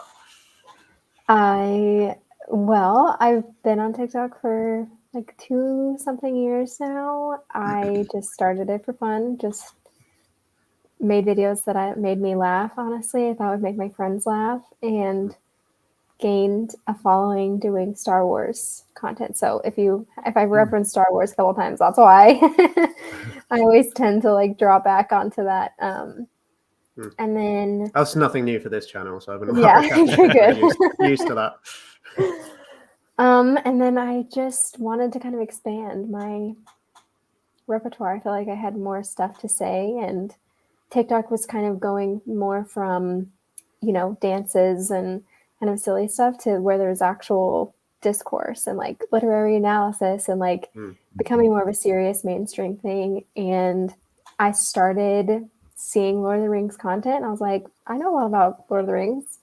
So I started making content. I met Don Marshall, who's like the king of Tolkien talk, rightfully so. But met him and just slowly started building this community of people. It's been really fun to kind of like organically find this community and find people with similar interests. So I kind of do a mixed bag on there, but it's just really fun to interact with people. I don't have a huge audience, which is why this whole Amazon London thing has been so just surreal to me, because, there's Don over here with 50,000, 500,000 followers, and I'm here with like 18,000. And it's funny, every time I interact with him, my followers like shoot up. Like he has been like the biggest boost for me in my channel. But I know what that's like as a small-time YouTuber. So I get it. It's fun to have the best of both worlds almost, where like I get to do more serious things, like I get invited on lovely things like this and podcasts, and it's a lot of fun. But I also just kind of make silly stuff every once in a while and make people laugh. And you were saying the other day on Corey's podcast about how the content it is tailored for the user and not and not by the creator. And as a YouTuber, that scares the hell out of me, because I'm fairly serious about this, even though I've got a long way to go and a lot of growth ahead of me before I can do this full time. But I depend on viewers coming back, and it's you cannot rely on that on TikTok, unfortunately. There are people that I recognize, like I have friends, and there are like regular viewers that I feel like do search for my content and stay on the the following page rather than the For You page. But you are very much at the mercy of the algorithm, and there are a lot of times where I will make a really well thought out long 3-minute video of me talking about something, analyzing something, and it will get 100 views. And then I will make a meme in 3 seconds and it will get 1 million views. It's just the nature of the app, like whatever people interact with, whatever the algorithm just happens to like if you kind of branch out of your niche, that is also something that TikTok does not usually reward. But I mean, there are a lot of people who get really serious about it. Like I know Don has a Patreon now. He does a bunch of podcasts and has done really well for himself, and knows how he's really good at getting the algorithm to show his stuff. Yes. But yeah, it is it's a different kind of content creation, I think, than a lot of other like blogs and YouTube and anything else. So we'll have your links in the description. I think they're not there now, actually, because the description is automatically generated by YouTube, and so I haven't put it in there yet. But we'll have, after the fact, we'll have your links in the description for sure. And we'll plug your stuff in the chat if possible. If my moderators are on the ball and can. I have been seeing every few minutes. I'll see like somebody follows me on Twitter, which doesn't normally happen. So I think that's because of this. Oh, that's nice. Yeah. It's nice to have a weird username because it's kind of never taken multiple places, and it's the same everywhere. So if they see me on Voice Twitter, of Geekdom was taken on Twitter by a bot selling sunglasses in some point in 2013. So I've been filing kind of takedown requests of that name because it's clearly a bot, and Twitter's not responding.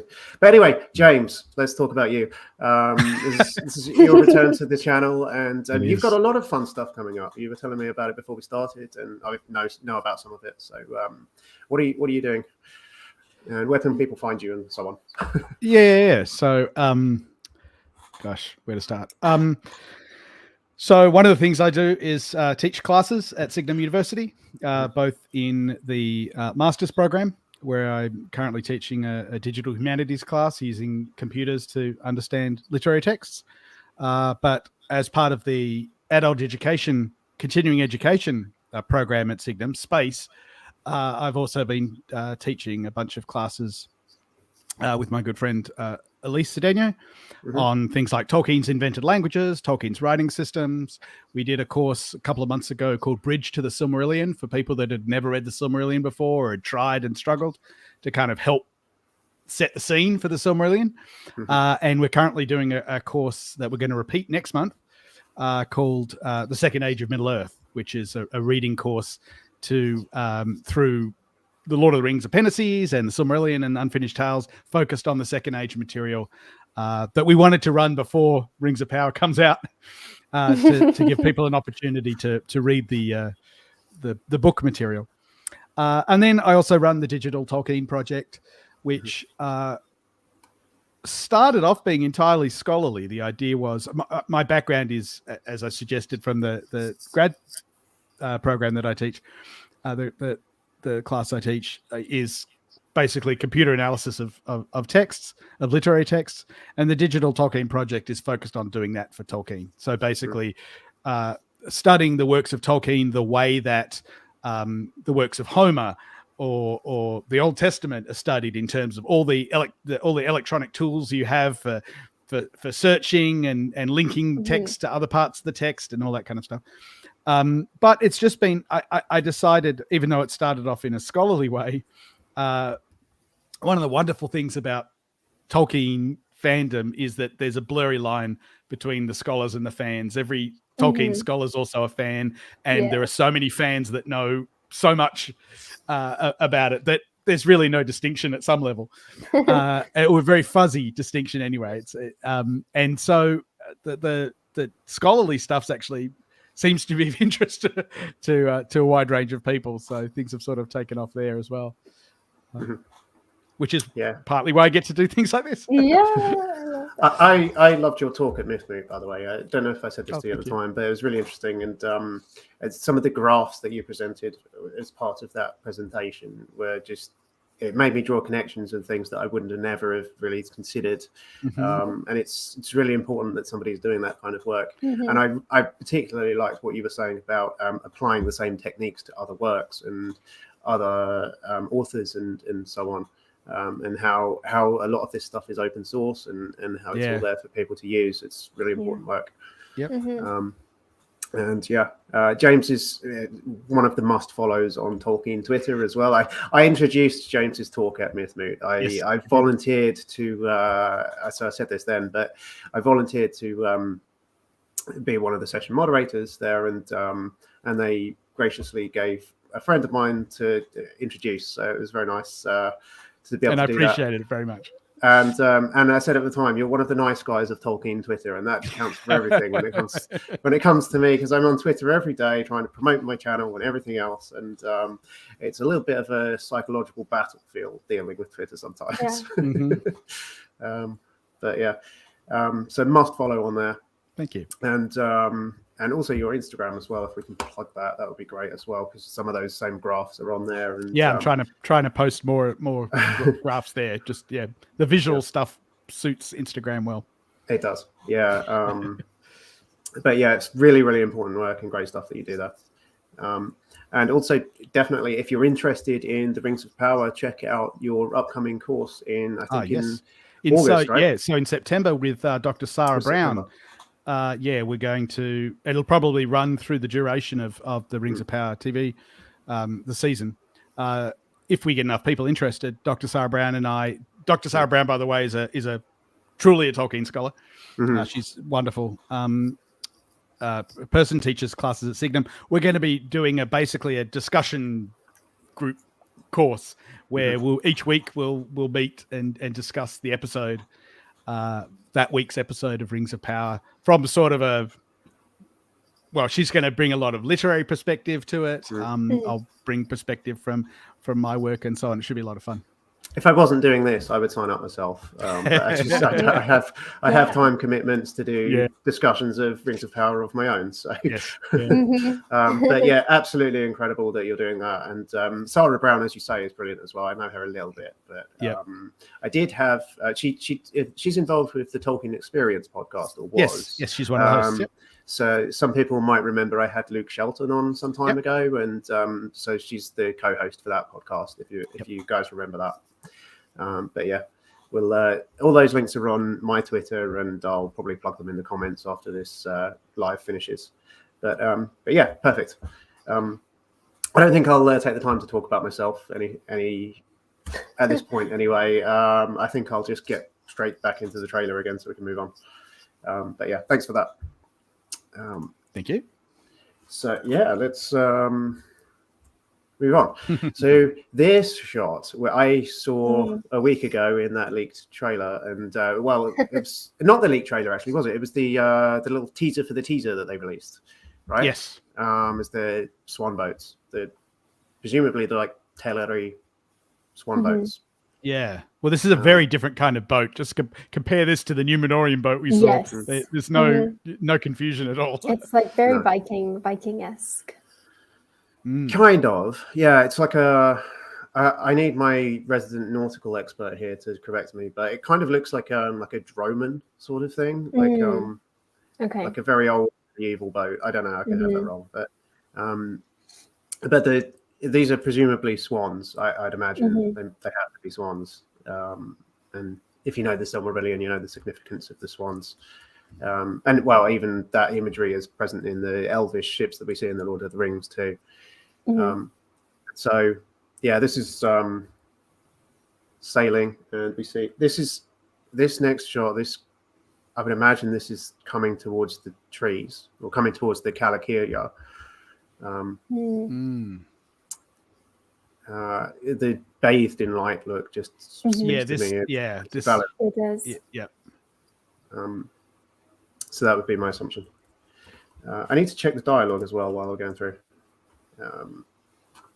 So when would this be? When would Galadriel have sailed to Aman? I mean, she was born there, as far as I'm aware in the books. There is a theory that I've heard that perhaps after the end of the First Age, she was sailing back and then dived overboard and swam back. A theory based on the TV show. Yeah, based purely on the TV show, nothing in the books. And all that kind of stuff. Yeah.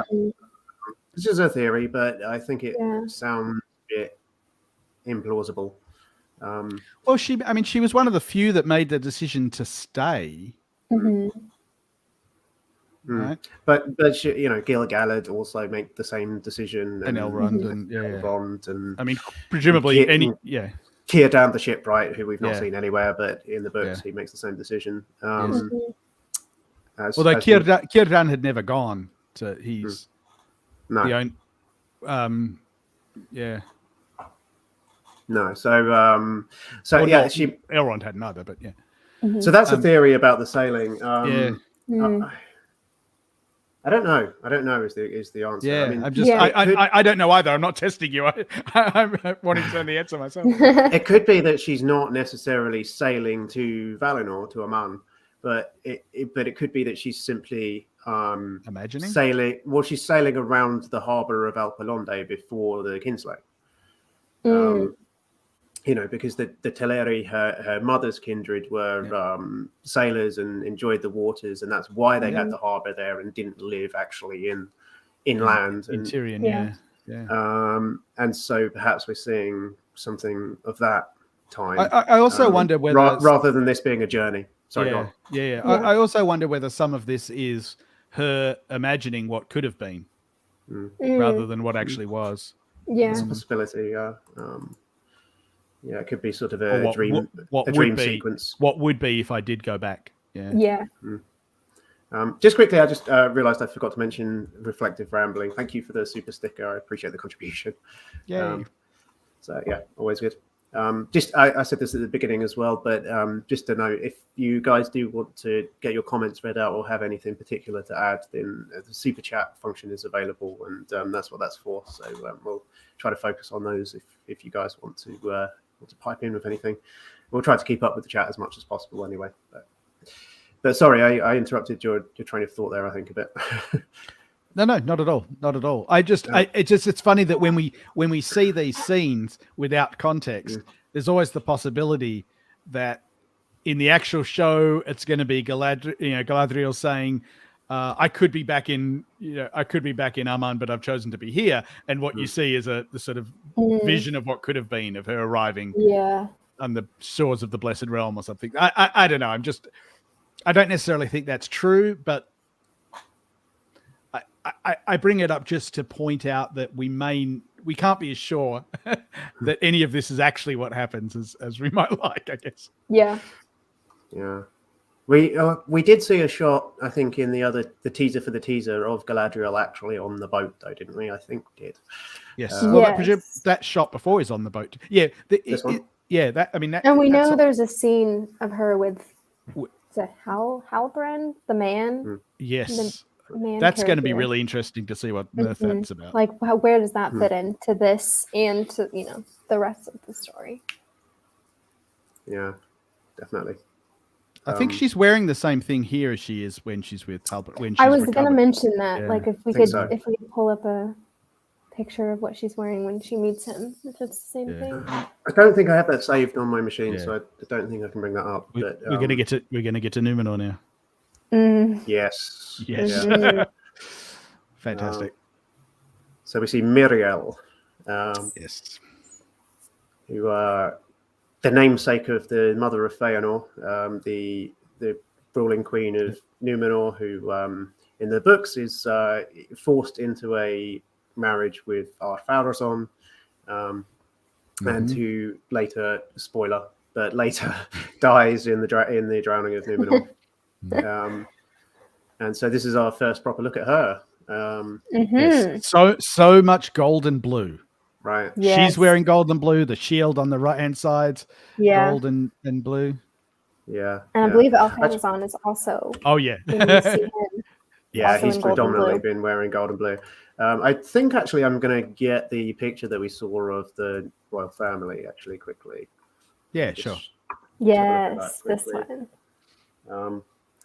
Looking very much like kind of the cast of a soap opera or something a little bit. And Sarah Brown pointed out the some amazing manspreading going on there. Right, especially from a silver. We see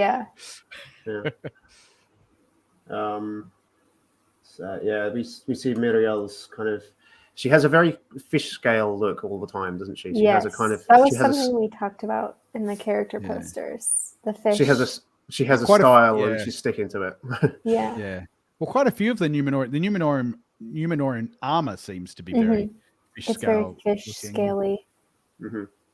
Like the arms of his like cloth that he's wearing underneath his armor right there. The Elendil. You mean Elendil? Yes. Yep. He's got like fish scale kind of woven cloth on his arms. Yeah. Do we know much about this? I think this is Kemen. Purported to be Pharazôn's son. Yes. We only know that from this EW article, I believe. Although he's one of the posters. This was the poster that no one could have picked. Because it's an original character that had never been mentioned before. Yeah. And people Kemen. Kemen is an interesting name. It makes me think of Kementari. Is that the same root as you're the linguist, James? So except tell that us it's about that. except it's spelt with a K. In it's an odd name. I haven't thought about it actually. I need to do some more research, but and so left to right we have the sun, we have Miriel, we have Pharazôn, Elendil, Iarien, and we have Isildur. No sign of an Arion yet. not yet. Although we have been promised he's around. He's just younger. I have to say, Pharazôn is. I love the casting of Pharazôn. Yeah. If you wanted to, the megalomaniac, is really doing it for me. Yeah, somebody that thinks they can take on the gods. Yeah, that's your guy. Yeah. Oh, totally. Yeah. So that's our introduction to them. I don't want to dwell on it because I want to stick to the trailer, but it's worth referencing. Is this Ash that we're starting to see here? I don't know. That was my question. Because it doesn't look. I mean, the look on her face, is it like it's flower petals? Like her face doesn't look happy. No, it's a concerned look. So it could be Ash. Yeah, it's a little early for Temple of Sauron burning people. So I don't know. Yeah, I'm not sure what the floating ash in the skies, because we see it a few times in different places. I'm not sure what that's going to turn out to be. She is looking up. It certainly doesn't look like snow. It looks to me like flower petals, but then the concerned look, it might be unrelated. Yeah. But then is the implication it's the same thing here? Or is that just purely editing, trying to do a match cut? Well, this is, I think, just around the same outfit. No, here, this shot. Yeah, they go. I don't know, but this looks to me like looking up at the meteorite. Yeah. I think this is related to the Meteor Man. The stranger. Reflective Rambling is asking an interesting question here. Did she have foresight? I assume this is referring to Miriel. Is she seeing the same thing that happens / will happen with Galadriel? It's an interesting question, I think, because of her forebear in the books, who we don't know whether we'll see, Tard Palantir, who did certainly have foresight, and it's in the name. It means far-seeing. And so he certainly did have a vision of what would happen and what would come to pass, and how tried to change it. Reverse it. So that could be an element that they could play with her character, with Elendil, is the element of foresight that some Numenoreans seem to have. So it's an interesting thing to consider. Yeah. Any thoughts? Anybody have anything to think about? I've not considered that. No, me neither. It raises the interesting question. You raised the interesting question, Dad, of what they're going to do with the Tar Palantir storyline and the attempt at reversing the shadow of Numenor. Right. And how that kind of, he sort of ostracizes himself by having that kind of mystical ability as well, because you get the sense that the Numenoreans think he's a bit weird on account of his ability to see things before they happen, and you can certainly appreciate how that would come across.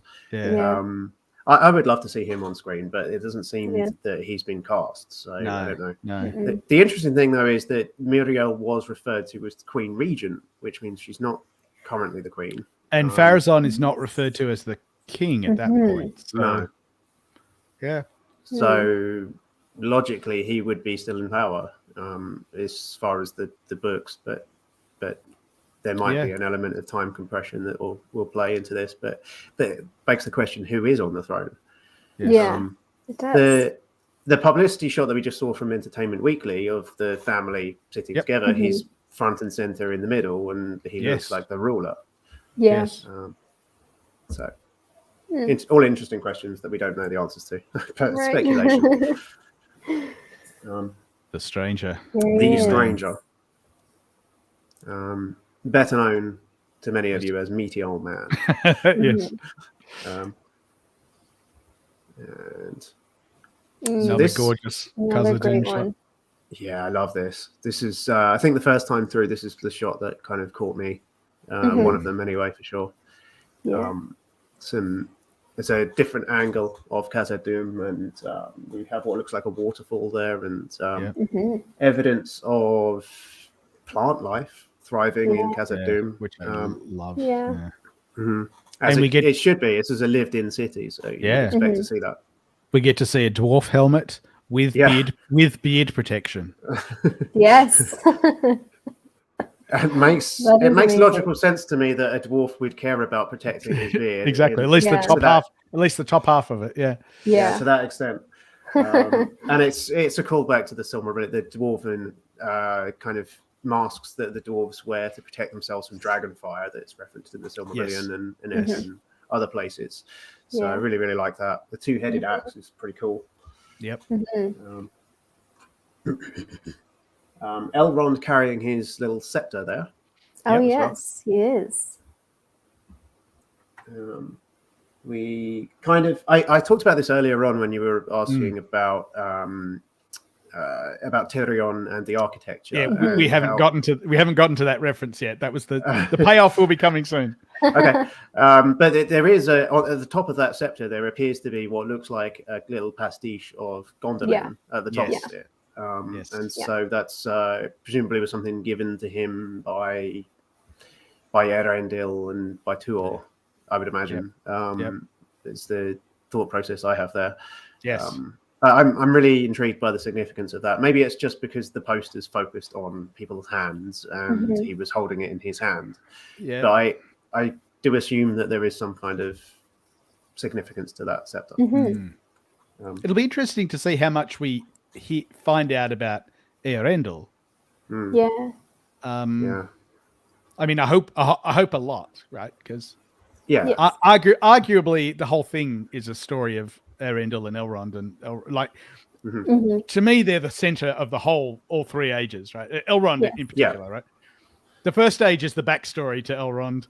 The second age is Elrond's coming to be, and then the third age is sort of the decline, and the third age ends when Elrond leaves. That's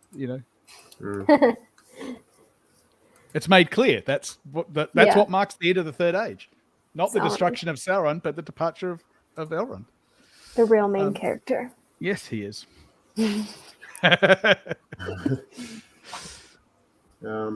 I like to see him here as in Khazad-dum as a kind of diplomatic envoy.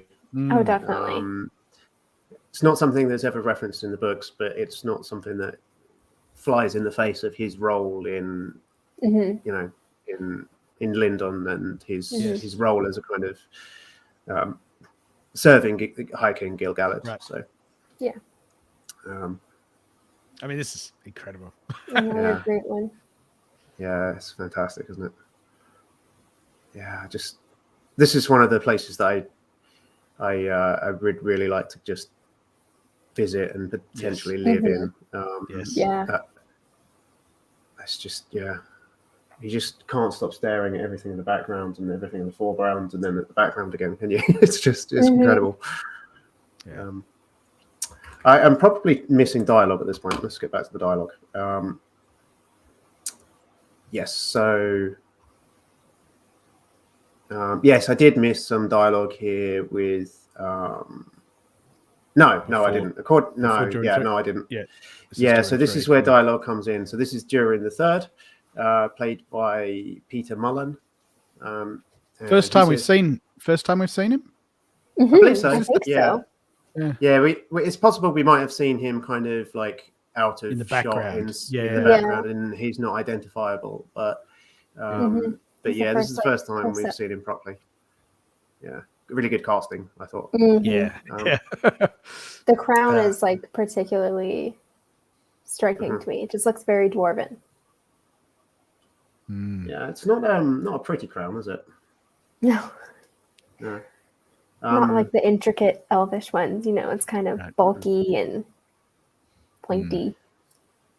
So he says, I am sorry, but their time has come. Who's they? Yeah. Their time. That's the thing that I have the least context for, I feel like. Yes, the same. What he's referring to. Yeah. The elves? It makes sense that it would be. That would make the most sense. He may Yeah. be unhappy with Elrond being invited. Yeah. Right? That's from the context. It could be that Elrond's shown up. Durin the Fourth is welcoming him. Durin the Third saying, "Why on earth are you wasting your time with these elves?" Yeah. Yeah.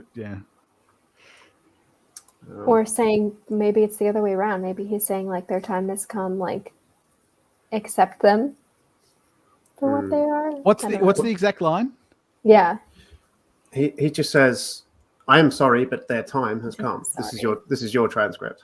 So I know. I'm just trying to, but Emily just made me realize that can be taken both positively and negatively.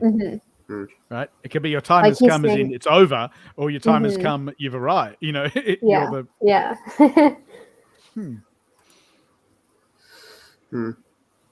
Yeah, I mean, my thought here is that the rings of power were forged as tools of preservation. Certainly the elvish rings were.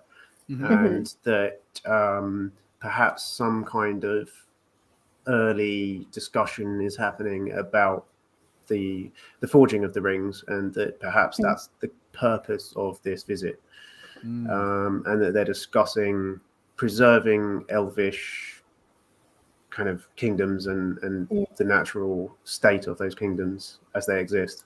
And the line about their time has come is just simply his dose of reality. But that's applying wisdom to Durin that perhaps he doesn't deserve in terms of the way that we typically see dwarves at this point in history. Yeah. So I don't know. But then we see Durin the Fourth smashing this rock. We saw this before, but it was a very quick shot that we saw in the first trailer of this exact thing, and we couldn't really identify what was happening so well. But here we can see he's clearly splitting the stone in half. My theory about this is that perhaps this is a part of the meteor that crashed. I wondered that too, whether they brought a bit of the meteor here and they want to see. I'm investigating. This is the first time I've also seen that horn quite so clearly. I was just looking at that. I was like, what is that back there? Yeah, I think this is the first time I've noticed this. It's behind the logo, but you can make out that it's just, He's holding a mouthpiece in his hand, Yeah. What kind of creature creates a horn like that? Is that a dragon horn? Maybe? Could be. Some sort of like ceremonial, like with Boromir, a ceremonial horn. I don't know. Maybe it's like a shisha or something. The way he's holding it kind of looks like that. Yeah. Anyway. This is the elf that we referenced earlier on. That was with Galadriel. Yeah. Who are you? Unnamed elf number 3. He's the new guy. No, I think we'll get introduced to this character. I think he's a speaking character. He'll give he's got a name. If he's speaking, he definitely has a name. Yeah. He's using a more traditional climbing method and not just using a dagger by the looks of it. Yeah. Still difficult to make out what's going on below. And it's particularly difficult when we've just got a still image to analyze. He could be the new Figwit. Except it would be Gigwit, because it would be Galadriel is good. Who is that?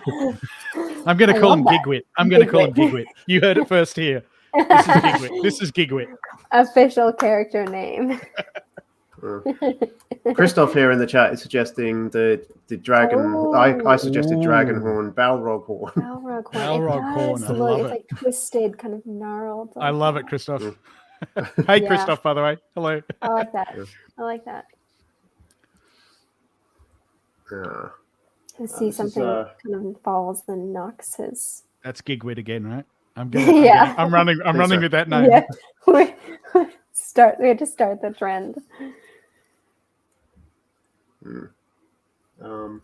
Precarious climb. This is Halbrand. Halbrand, yes. Yeah. Halbrand, who looks different every time I see him. I have a lot of trouble identifying Halbrand because that doesn't look like the same person as in the Vanity Fair article. Right. Do we think, No. is this Numenor in the background? This kind of looks like Numenor. This is the throne room of Numenor, I'm pretty sure. So the blue and gold says Numenor to me. Gold, The part on the left-hand side, Mm-hmm. side looks like one of those paintings of the Greek philosophers. That painting with all the Greek philosophers with Aristotle and Plato, and this looks very Greco-Roman. Yes. Skipping ahead there, sorry. He's been in the wars recently. Good question. I feel like there is something. Yes, I think we get some Isildur here. He says, "The past is with us all." Yes. This is moving on a bit here, but I'll read it out in advance. Sure.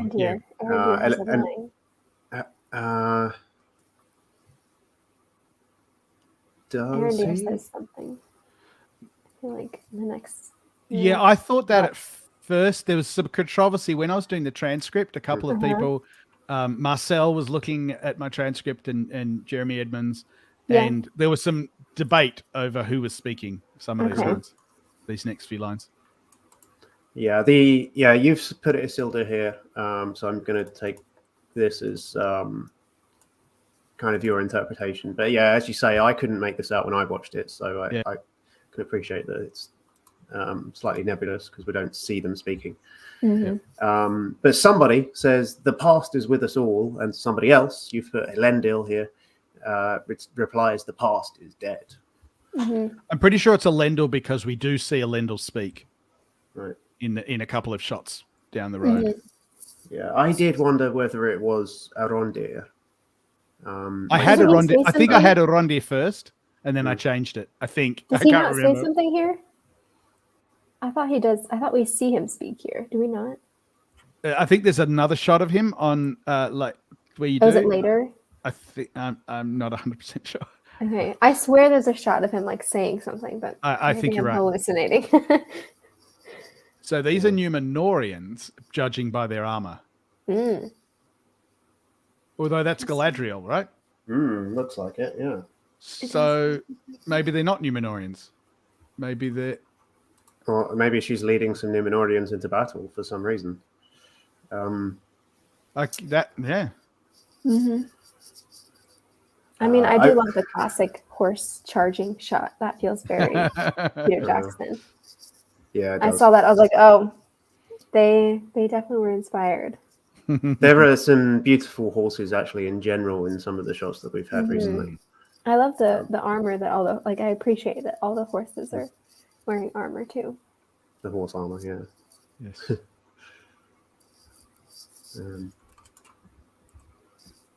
You see a close shot here. There. It does look very fish scaly. That's Numenorean for sure. Yeah, I think so. It has to be fish Numenorean. Scales. And we're told that I think going way back that Halbrand somebody's described as Numenorean cavalry. I think so. Yeah, certainly he in his poster. One of the posters, the pommel of his sword had the horse on the end. So yes. And yeah, I am remembering some sort of reference to him being cavalry too, somewhere. But escaping his past or something. Yes, something like that. Yeah, that might have been Vanity Fair. I think we're talking about that. Yes, Mm-hmm. yes. They saw full episodes, so they would know. Yeah.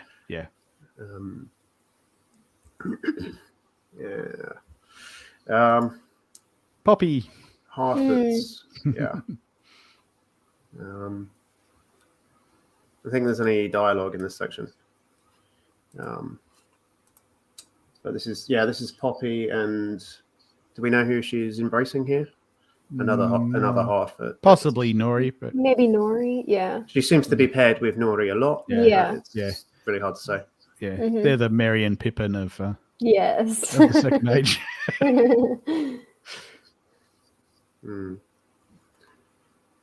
Kate is in the chat here is saying it almost looks like Arondir is the one saying the past is with us all. Yeah. Oh, It looks okay. like it cuts to him and we only see him say all. Okay, that's what I Yeah. was thinking. So of that then. I think maybe I was thinking that too. Yeah, I thought that first too. I can't remember how Marcel or Jeremy or whoever it was persuaded me otherwise. But, I'll have to rewatch it after this. yeah, well, there you With go. new Yeah. eyes. We'll and find ears. out. Yeah, that's Nori. That's Nori, isn't it? Yeah, for sure. Definitely. Rather emotional.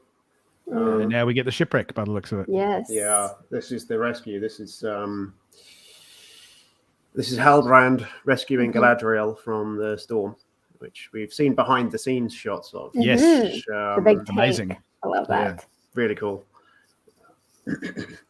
Again, like we talked about this already, but it's hard to say how this situation arose and how she ended up. Yeah, in I'm the ocean. intrigued.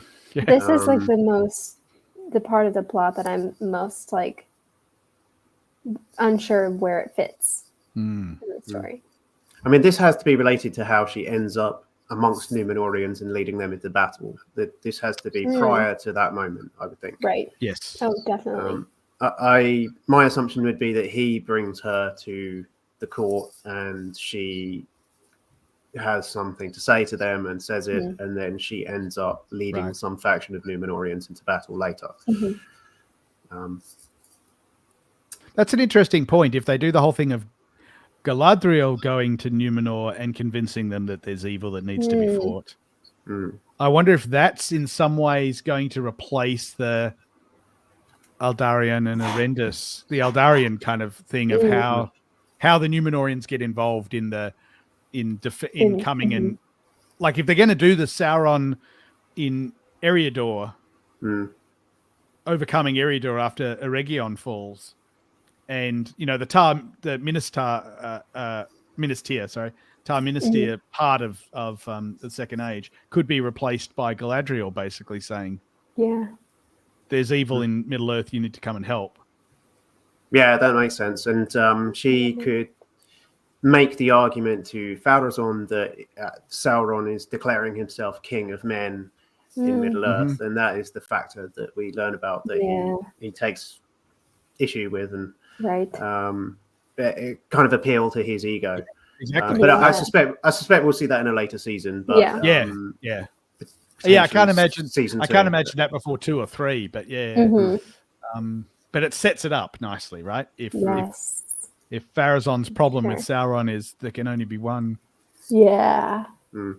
King of middle, the king of the world. Interesting. Yeah, it does. Danny McKay is pointing out. It looks like lightning hitting her ship. It certainly does, doesn't it? It does look like it's hitting like directly next to her. Yes. Yeah, that doesn't look very survivable. No, but and it is Galadriel. So if anyone could do it, she can. Wow. Beautiful. I love this. This is a Numenorian ship, I would think. Yeah, looks, but like a warship rather than one of the small. We've seen these sort of small transport ships. Yeah, this looks like one of the big open sea. Warships. This looks They're like actually intending to go like far distances in this kind of ship.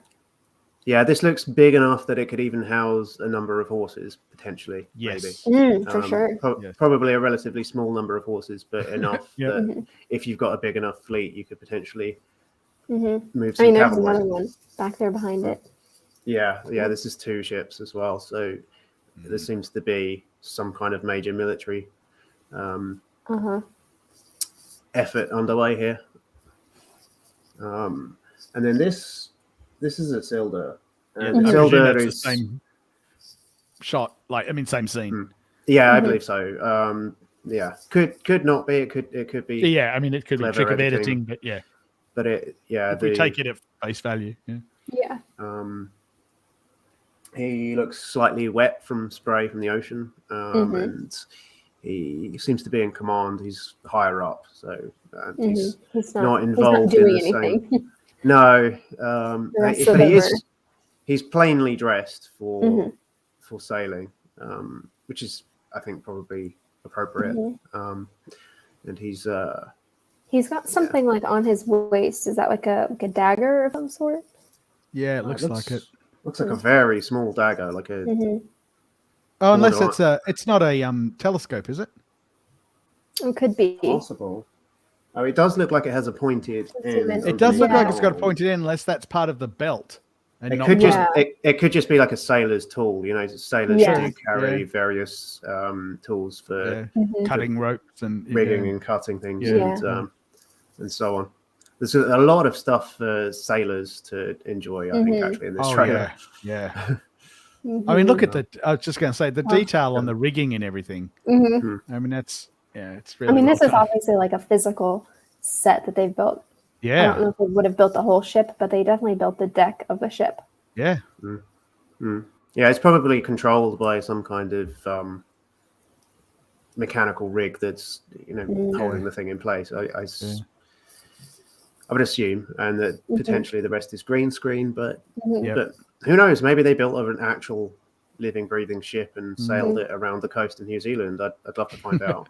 Yeah. Oh my gosh! Imagine those behind-the-scenes pictures. I feel like we would know. Like when they did that with Pirates of the Caribbean, Somebody would have where there was a noticed that, giant black pearl in the harbor. People were like, "Oh, Yeah. Because I was going to say later, not the first one, but the later Pirates of the Caribbean, they built a working. They built a tall ship, full-on black Previously, pearl, it was just a deck put on a barge. Yes. But, Yeah.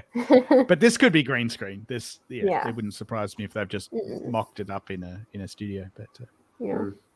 it looks amazing though. I love this shot. Yeah, this is, I think, Galadriel, because I think I've seen this shot, Yeah, and I think she's Halbrand. wearing like a bluish. Is it Halbrand or is it Elendil? That's Elendil. That's Elendil, but this is a different scene. Yes, I know. We can't tell. There's a bit of Elendil Halbrand confusion in multiple places. I feel like one of the posters looks very, very similar to this. Let me just check. I may have it saved here. Yeah, that's Elendil. Yes. Yeah, it's So Elendil. that looks like the same shot, and that is Elendil. Yeah, that is Elendil. So why is she with Elendil? This confuses me so much. I cannot think of any time in the books where Galadriel would be with Elendil on Where do we think they're going? What's this city where in is the back? this? Yeah, I mean, there's obviously structures that we can see in the back. Yeah, Look cool. But they look way cool. is this Numenorean coastline or is it Middle Earth coastline? Well, she's with Elendil, so that kind of It's probably suggest Numenorean. Numenor, but Yeah. He's a sailing type. He would have presumably gone to. Well, I don't know. I don't know if he travelled much to Middle Earth. Yeah, there's several structures here as well, isn't there? There's one here, there's one here, there's a sort of path that leads up. Yep. And then it seems like there's a path that probably leads up to the castle here. Yep. And then there's a bridge going out to the lighthouse or whatever that is, the watchtower or whatever. I wonder whether this pathway is the same pathway that Adar is leading the Orcs. That's what I wondered. I was wondering the same thing. Yes. Because it does look potentially similar kind of terrain. Very If that's true, then there are orcs and there are orcs on Numenor. Yeah, unless this isn't Numenor and this is Unless this isn't Numenor. No, right. He said if this is Numenor, then and they're the same. Yeah. So it could be. Yeah. I feel like it has to be though. Like what she's wearing doesn't seem very like elven. It feels like something that when they washed ashore, she would borrow from a Numenorean. Borrowed it from the Aryan. Yeah. Oh, we're the same size. Yeah. Well, it's got those blue tones that she doesn't normally wear. I don't know. Well, Galadriel's tall. Elendil's tall. It's possible. Yeah. Aryan is tall as well, so they may be the same size. Yeah. I've mentioned beautiful horses. I think this horse is gorgeous. I don't. Yes, amazing. She also mentioned the horse on her Instagram. She said, I believe its name is Titan. She said it was a lovely horse. Just the color is just so striking.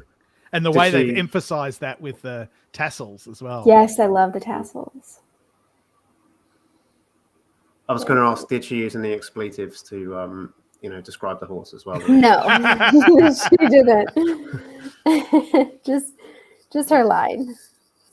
Oh, damn it. Something's happened to my PDF. What's going on? It's all good. I think it's reloading. Yep. Yeah, I was reloading from the start. Thank you so much for that. Excuse me while I... That's all right. We can review everything we've seen so far. Yes. In last week's episode.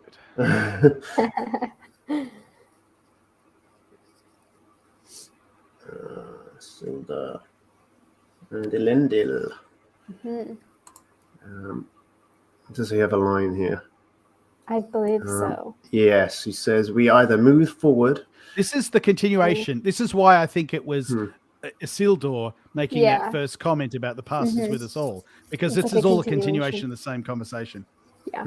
And he's talking to Isildur, so that's why I think I changed it from Arondir to Isildur. Yeah. We either move forward or we die with it. Yeah, the context kind of does make sense that he's referring to the past there. But it's hard to say without seeing the scene, of course. Yeah. But it does feel like a scene where they're like suiting up to go somewhere. This next shot, or this next scene, both this direction and the other direction, is actually my least favorite in the trailer, because it feels too much like you're in a studio backlot to me. This feels like, I don't know if you watched, if you watch Game of Thrones, the first season, when it was not particularly high budget, right? They had a tournament, a tourney, and it was almost laughable how few people there were. And it just felt like it was, they just grabbed a few extras and stuff. This feels to me a little bit like that. In fact, if you look at some of the crowd, it's almost like something out of Monty Python's Life of Brian or something. It doesn't seem like a serious high budget. I don't know what it is about this. It's just the one thing that struck me as I'm kind of like, It looks a little bit like a video game cutscene to me. I think it's partly the crowd reactions. The crowd reactions just look very fake to me, like just a bunch of extras going. Woo! Yeah. He's not the king of Numenor. He's a very naughty boy. Naughty boy. I want to see somebody run with that now.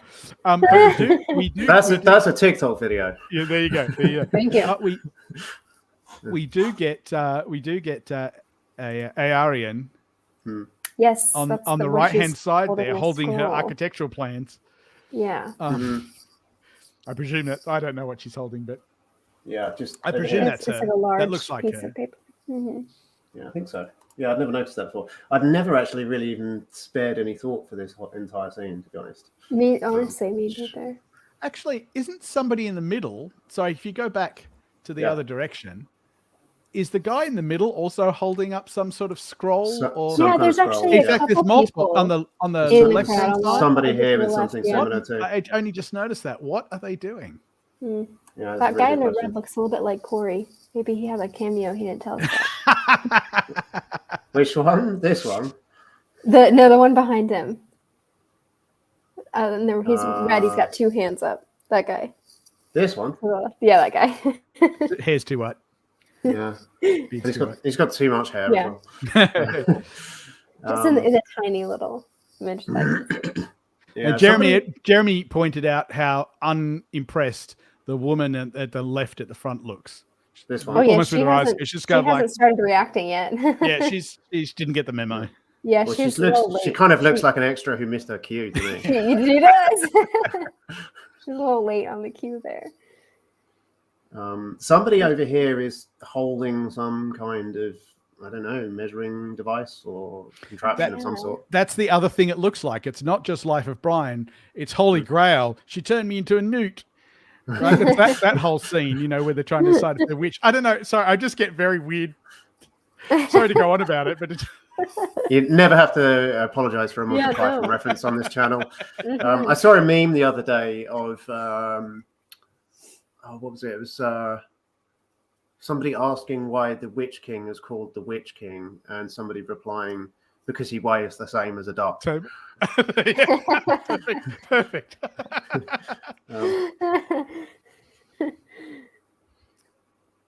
And Farazon, this is certainly the same thing, isn't it? Yeah. Yes. Yeah. This is what to me seems so like Greco-Roman. These. Yeah. Oh yeah. These like marble in the wall. Yes, the coloured, and the colours and everything, the marble. Yeah. I mean, I like it. It's just there was something about the crowd acting, I think, that got me more than anything else. Yeah. I'm really interested to know what he's saying that's making them react like this. Something populist that's making like the elves are responsible for all your problems. Yeah, it feels very like mob mentality. Like it feels like that movie scene where a lot of people in the we've got coconuts in the chat.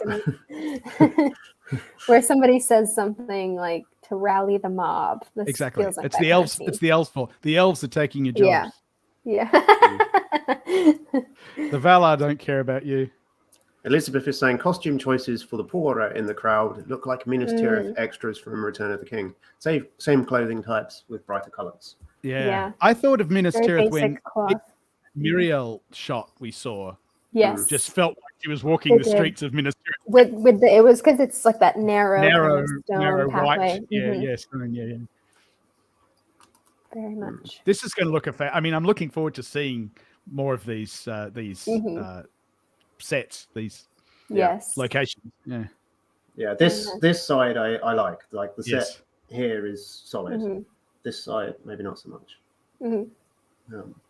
But it'll depend on the charisma of the actor to sell it, I think. This is Halbrand, I think. In his Numenorean cavalry.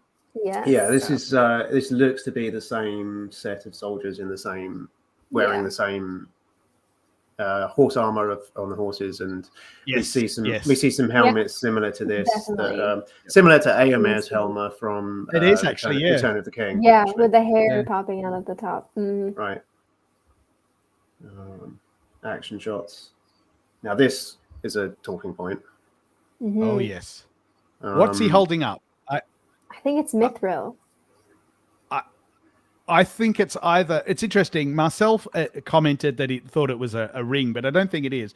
I think it's either Mithril or a piece of the meteor. The meteor, but it looks like a proposal. Like the pose that he's in, it looks like he's proposing. Maybe. Yeah. Well, perhaps. I'm not sure if Dee said like he would have already. They've already been married at this point, or they've got kids. Right. So then. I don't know how dwarves feel about. Yeah, I'm not sure I don't know. I think they're married. I think they're. Yeah. Married. It's not a ring. It's too big. Unless it's a ring for a very large creature. But I think it's a part of the meteor. Personally, what's the dialogue? Does he say something like this changes everything?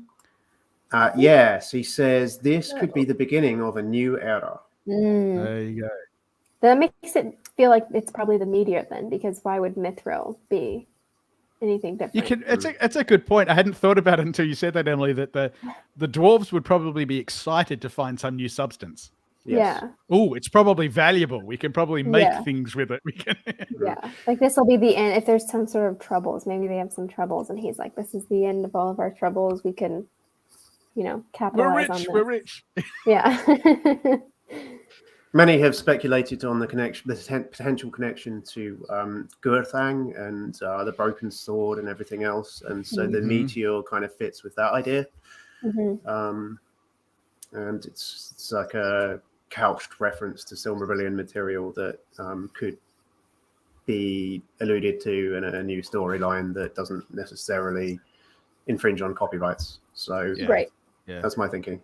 Who is the stranger then? I think it's Sauron. You do? You got to go Team Sauron? I don't know. I mean, you've seen more footage than I have. So I can tell you the footage we've seen does not answer the question anyway. No, it definitely I'm sure it doesn't.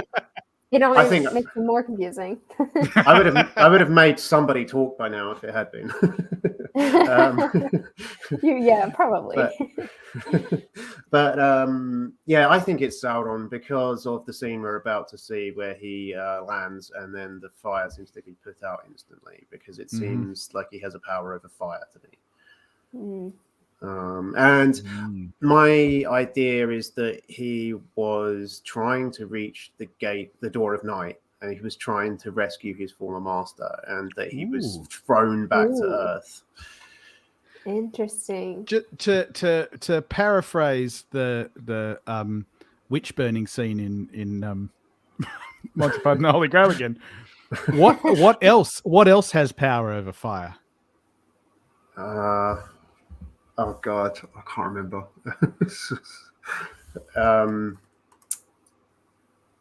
Sorry, I just want to plant that seed because it's a theory I have that I'm not going to say any more about.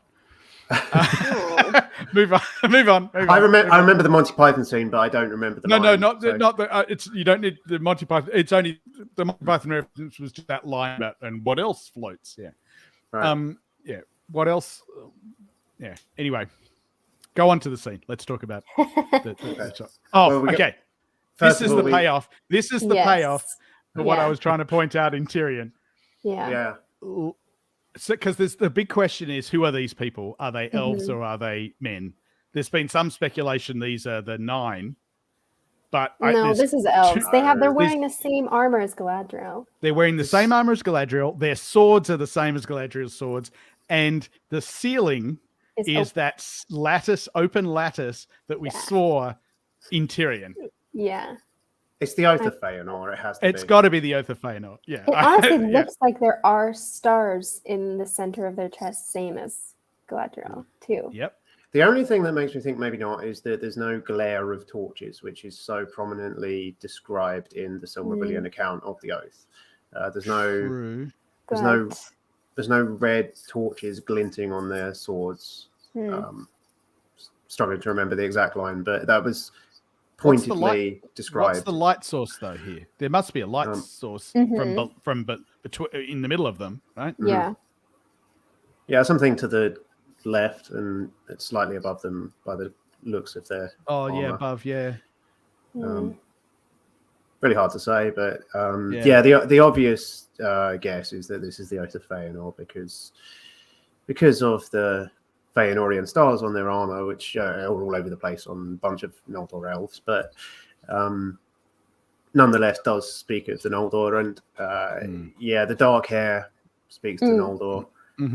I can't identify, Mydros here or anything. Right. I was going to say, name them. Which one is a redhead? Anywhere? But of course, they don't have the rights to Mydros, so they have to be generic elves. Then we're alluding to the Oath and to This will be part of the montage that will be narrated by Galadriel. That would be my obvious I could guess. see that very much. Yeah. She'll say something like the Noldor rebelled and defied the Valar and returned, and then we'll move on quickly, and that will be the end of it. Yeah. Just what's in the appendices. Just that one paragraph that explains that Feanor made the Silmarils and the Noldor swore an oath to go over and retreat. Yeah.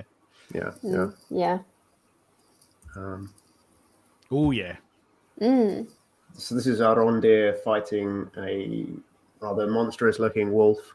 Yeah. Can you say warg, werewolf? Yeah, proto-warg. I don't know. It looks warg-esque.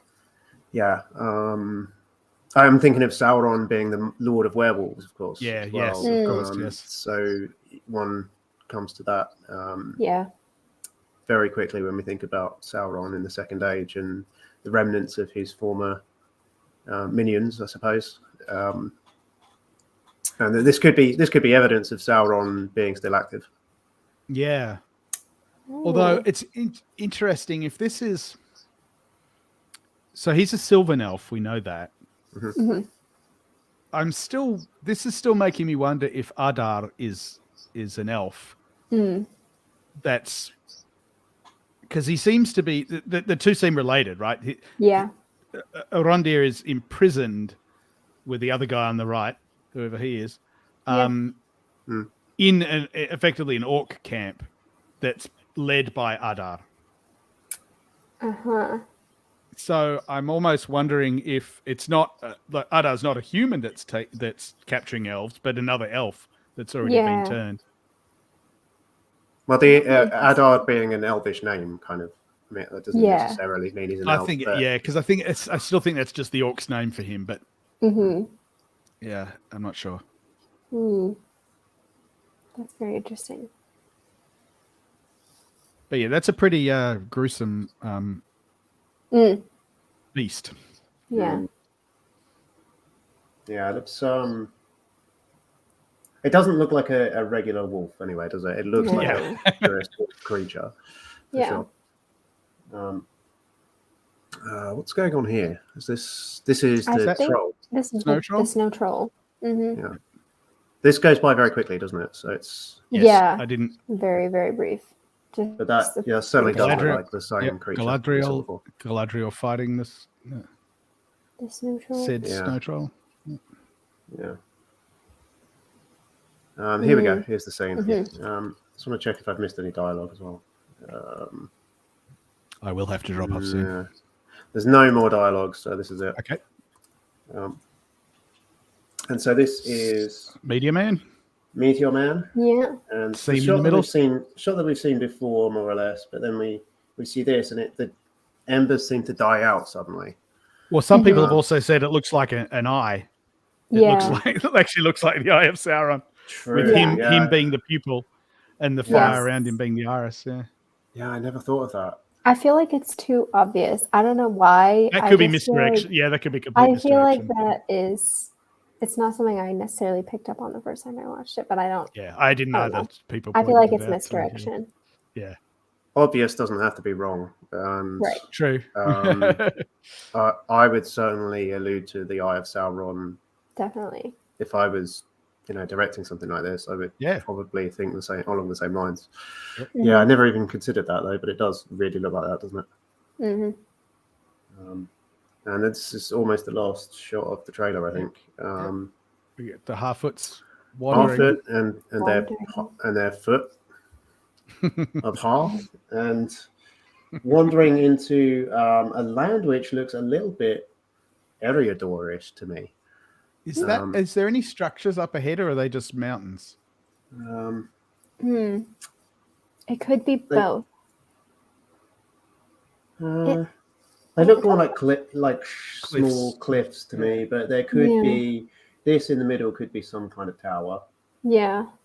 But I don't know. Huh.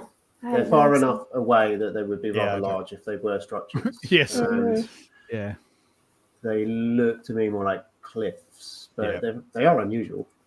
But I wonder whether we will see the Harfoots wander into the Bree lands at some point and establish a small colony there. And because we know from the Lord of the Rings that Bree was around since the other days and actually predates like Arnor and everything. Yeah. And that it was there from the first men who wandered west was the phrase, I think. And so I'm hoping and expecting to potentially see Bree at some point or in some stage of its development, and maybe we get the hobbits end up there at some point.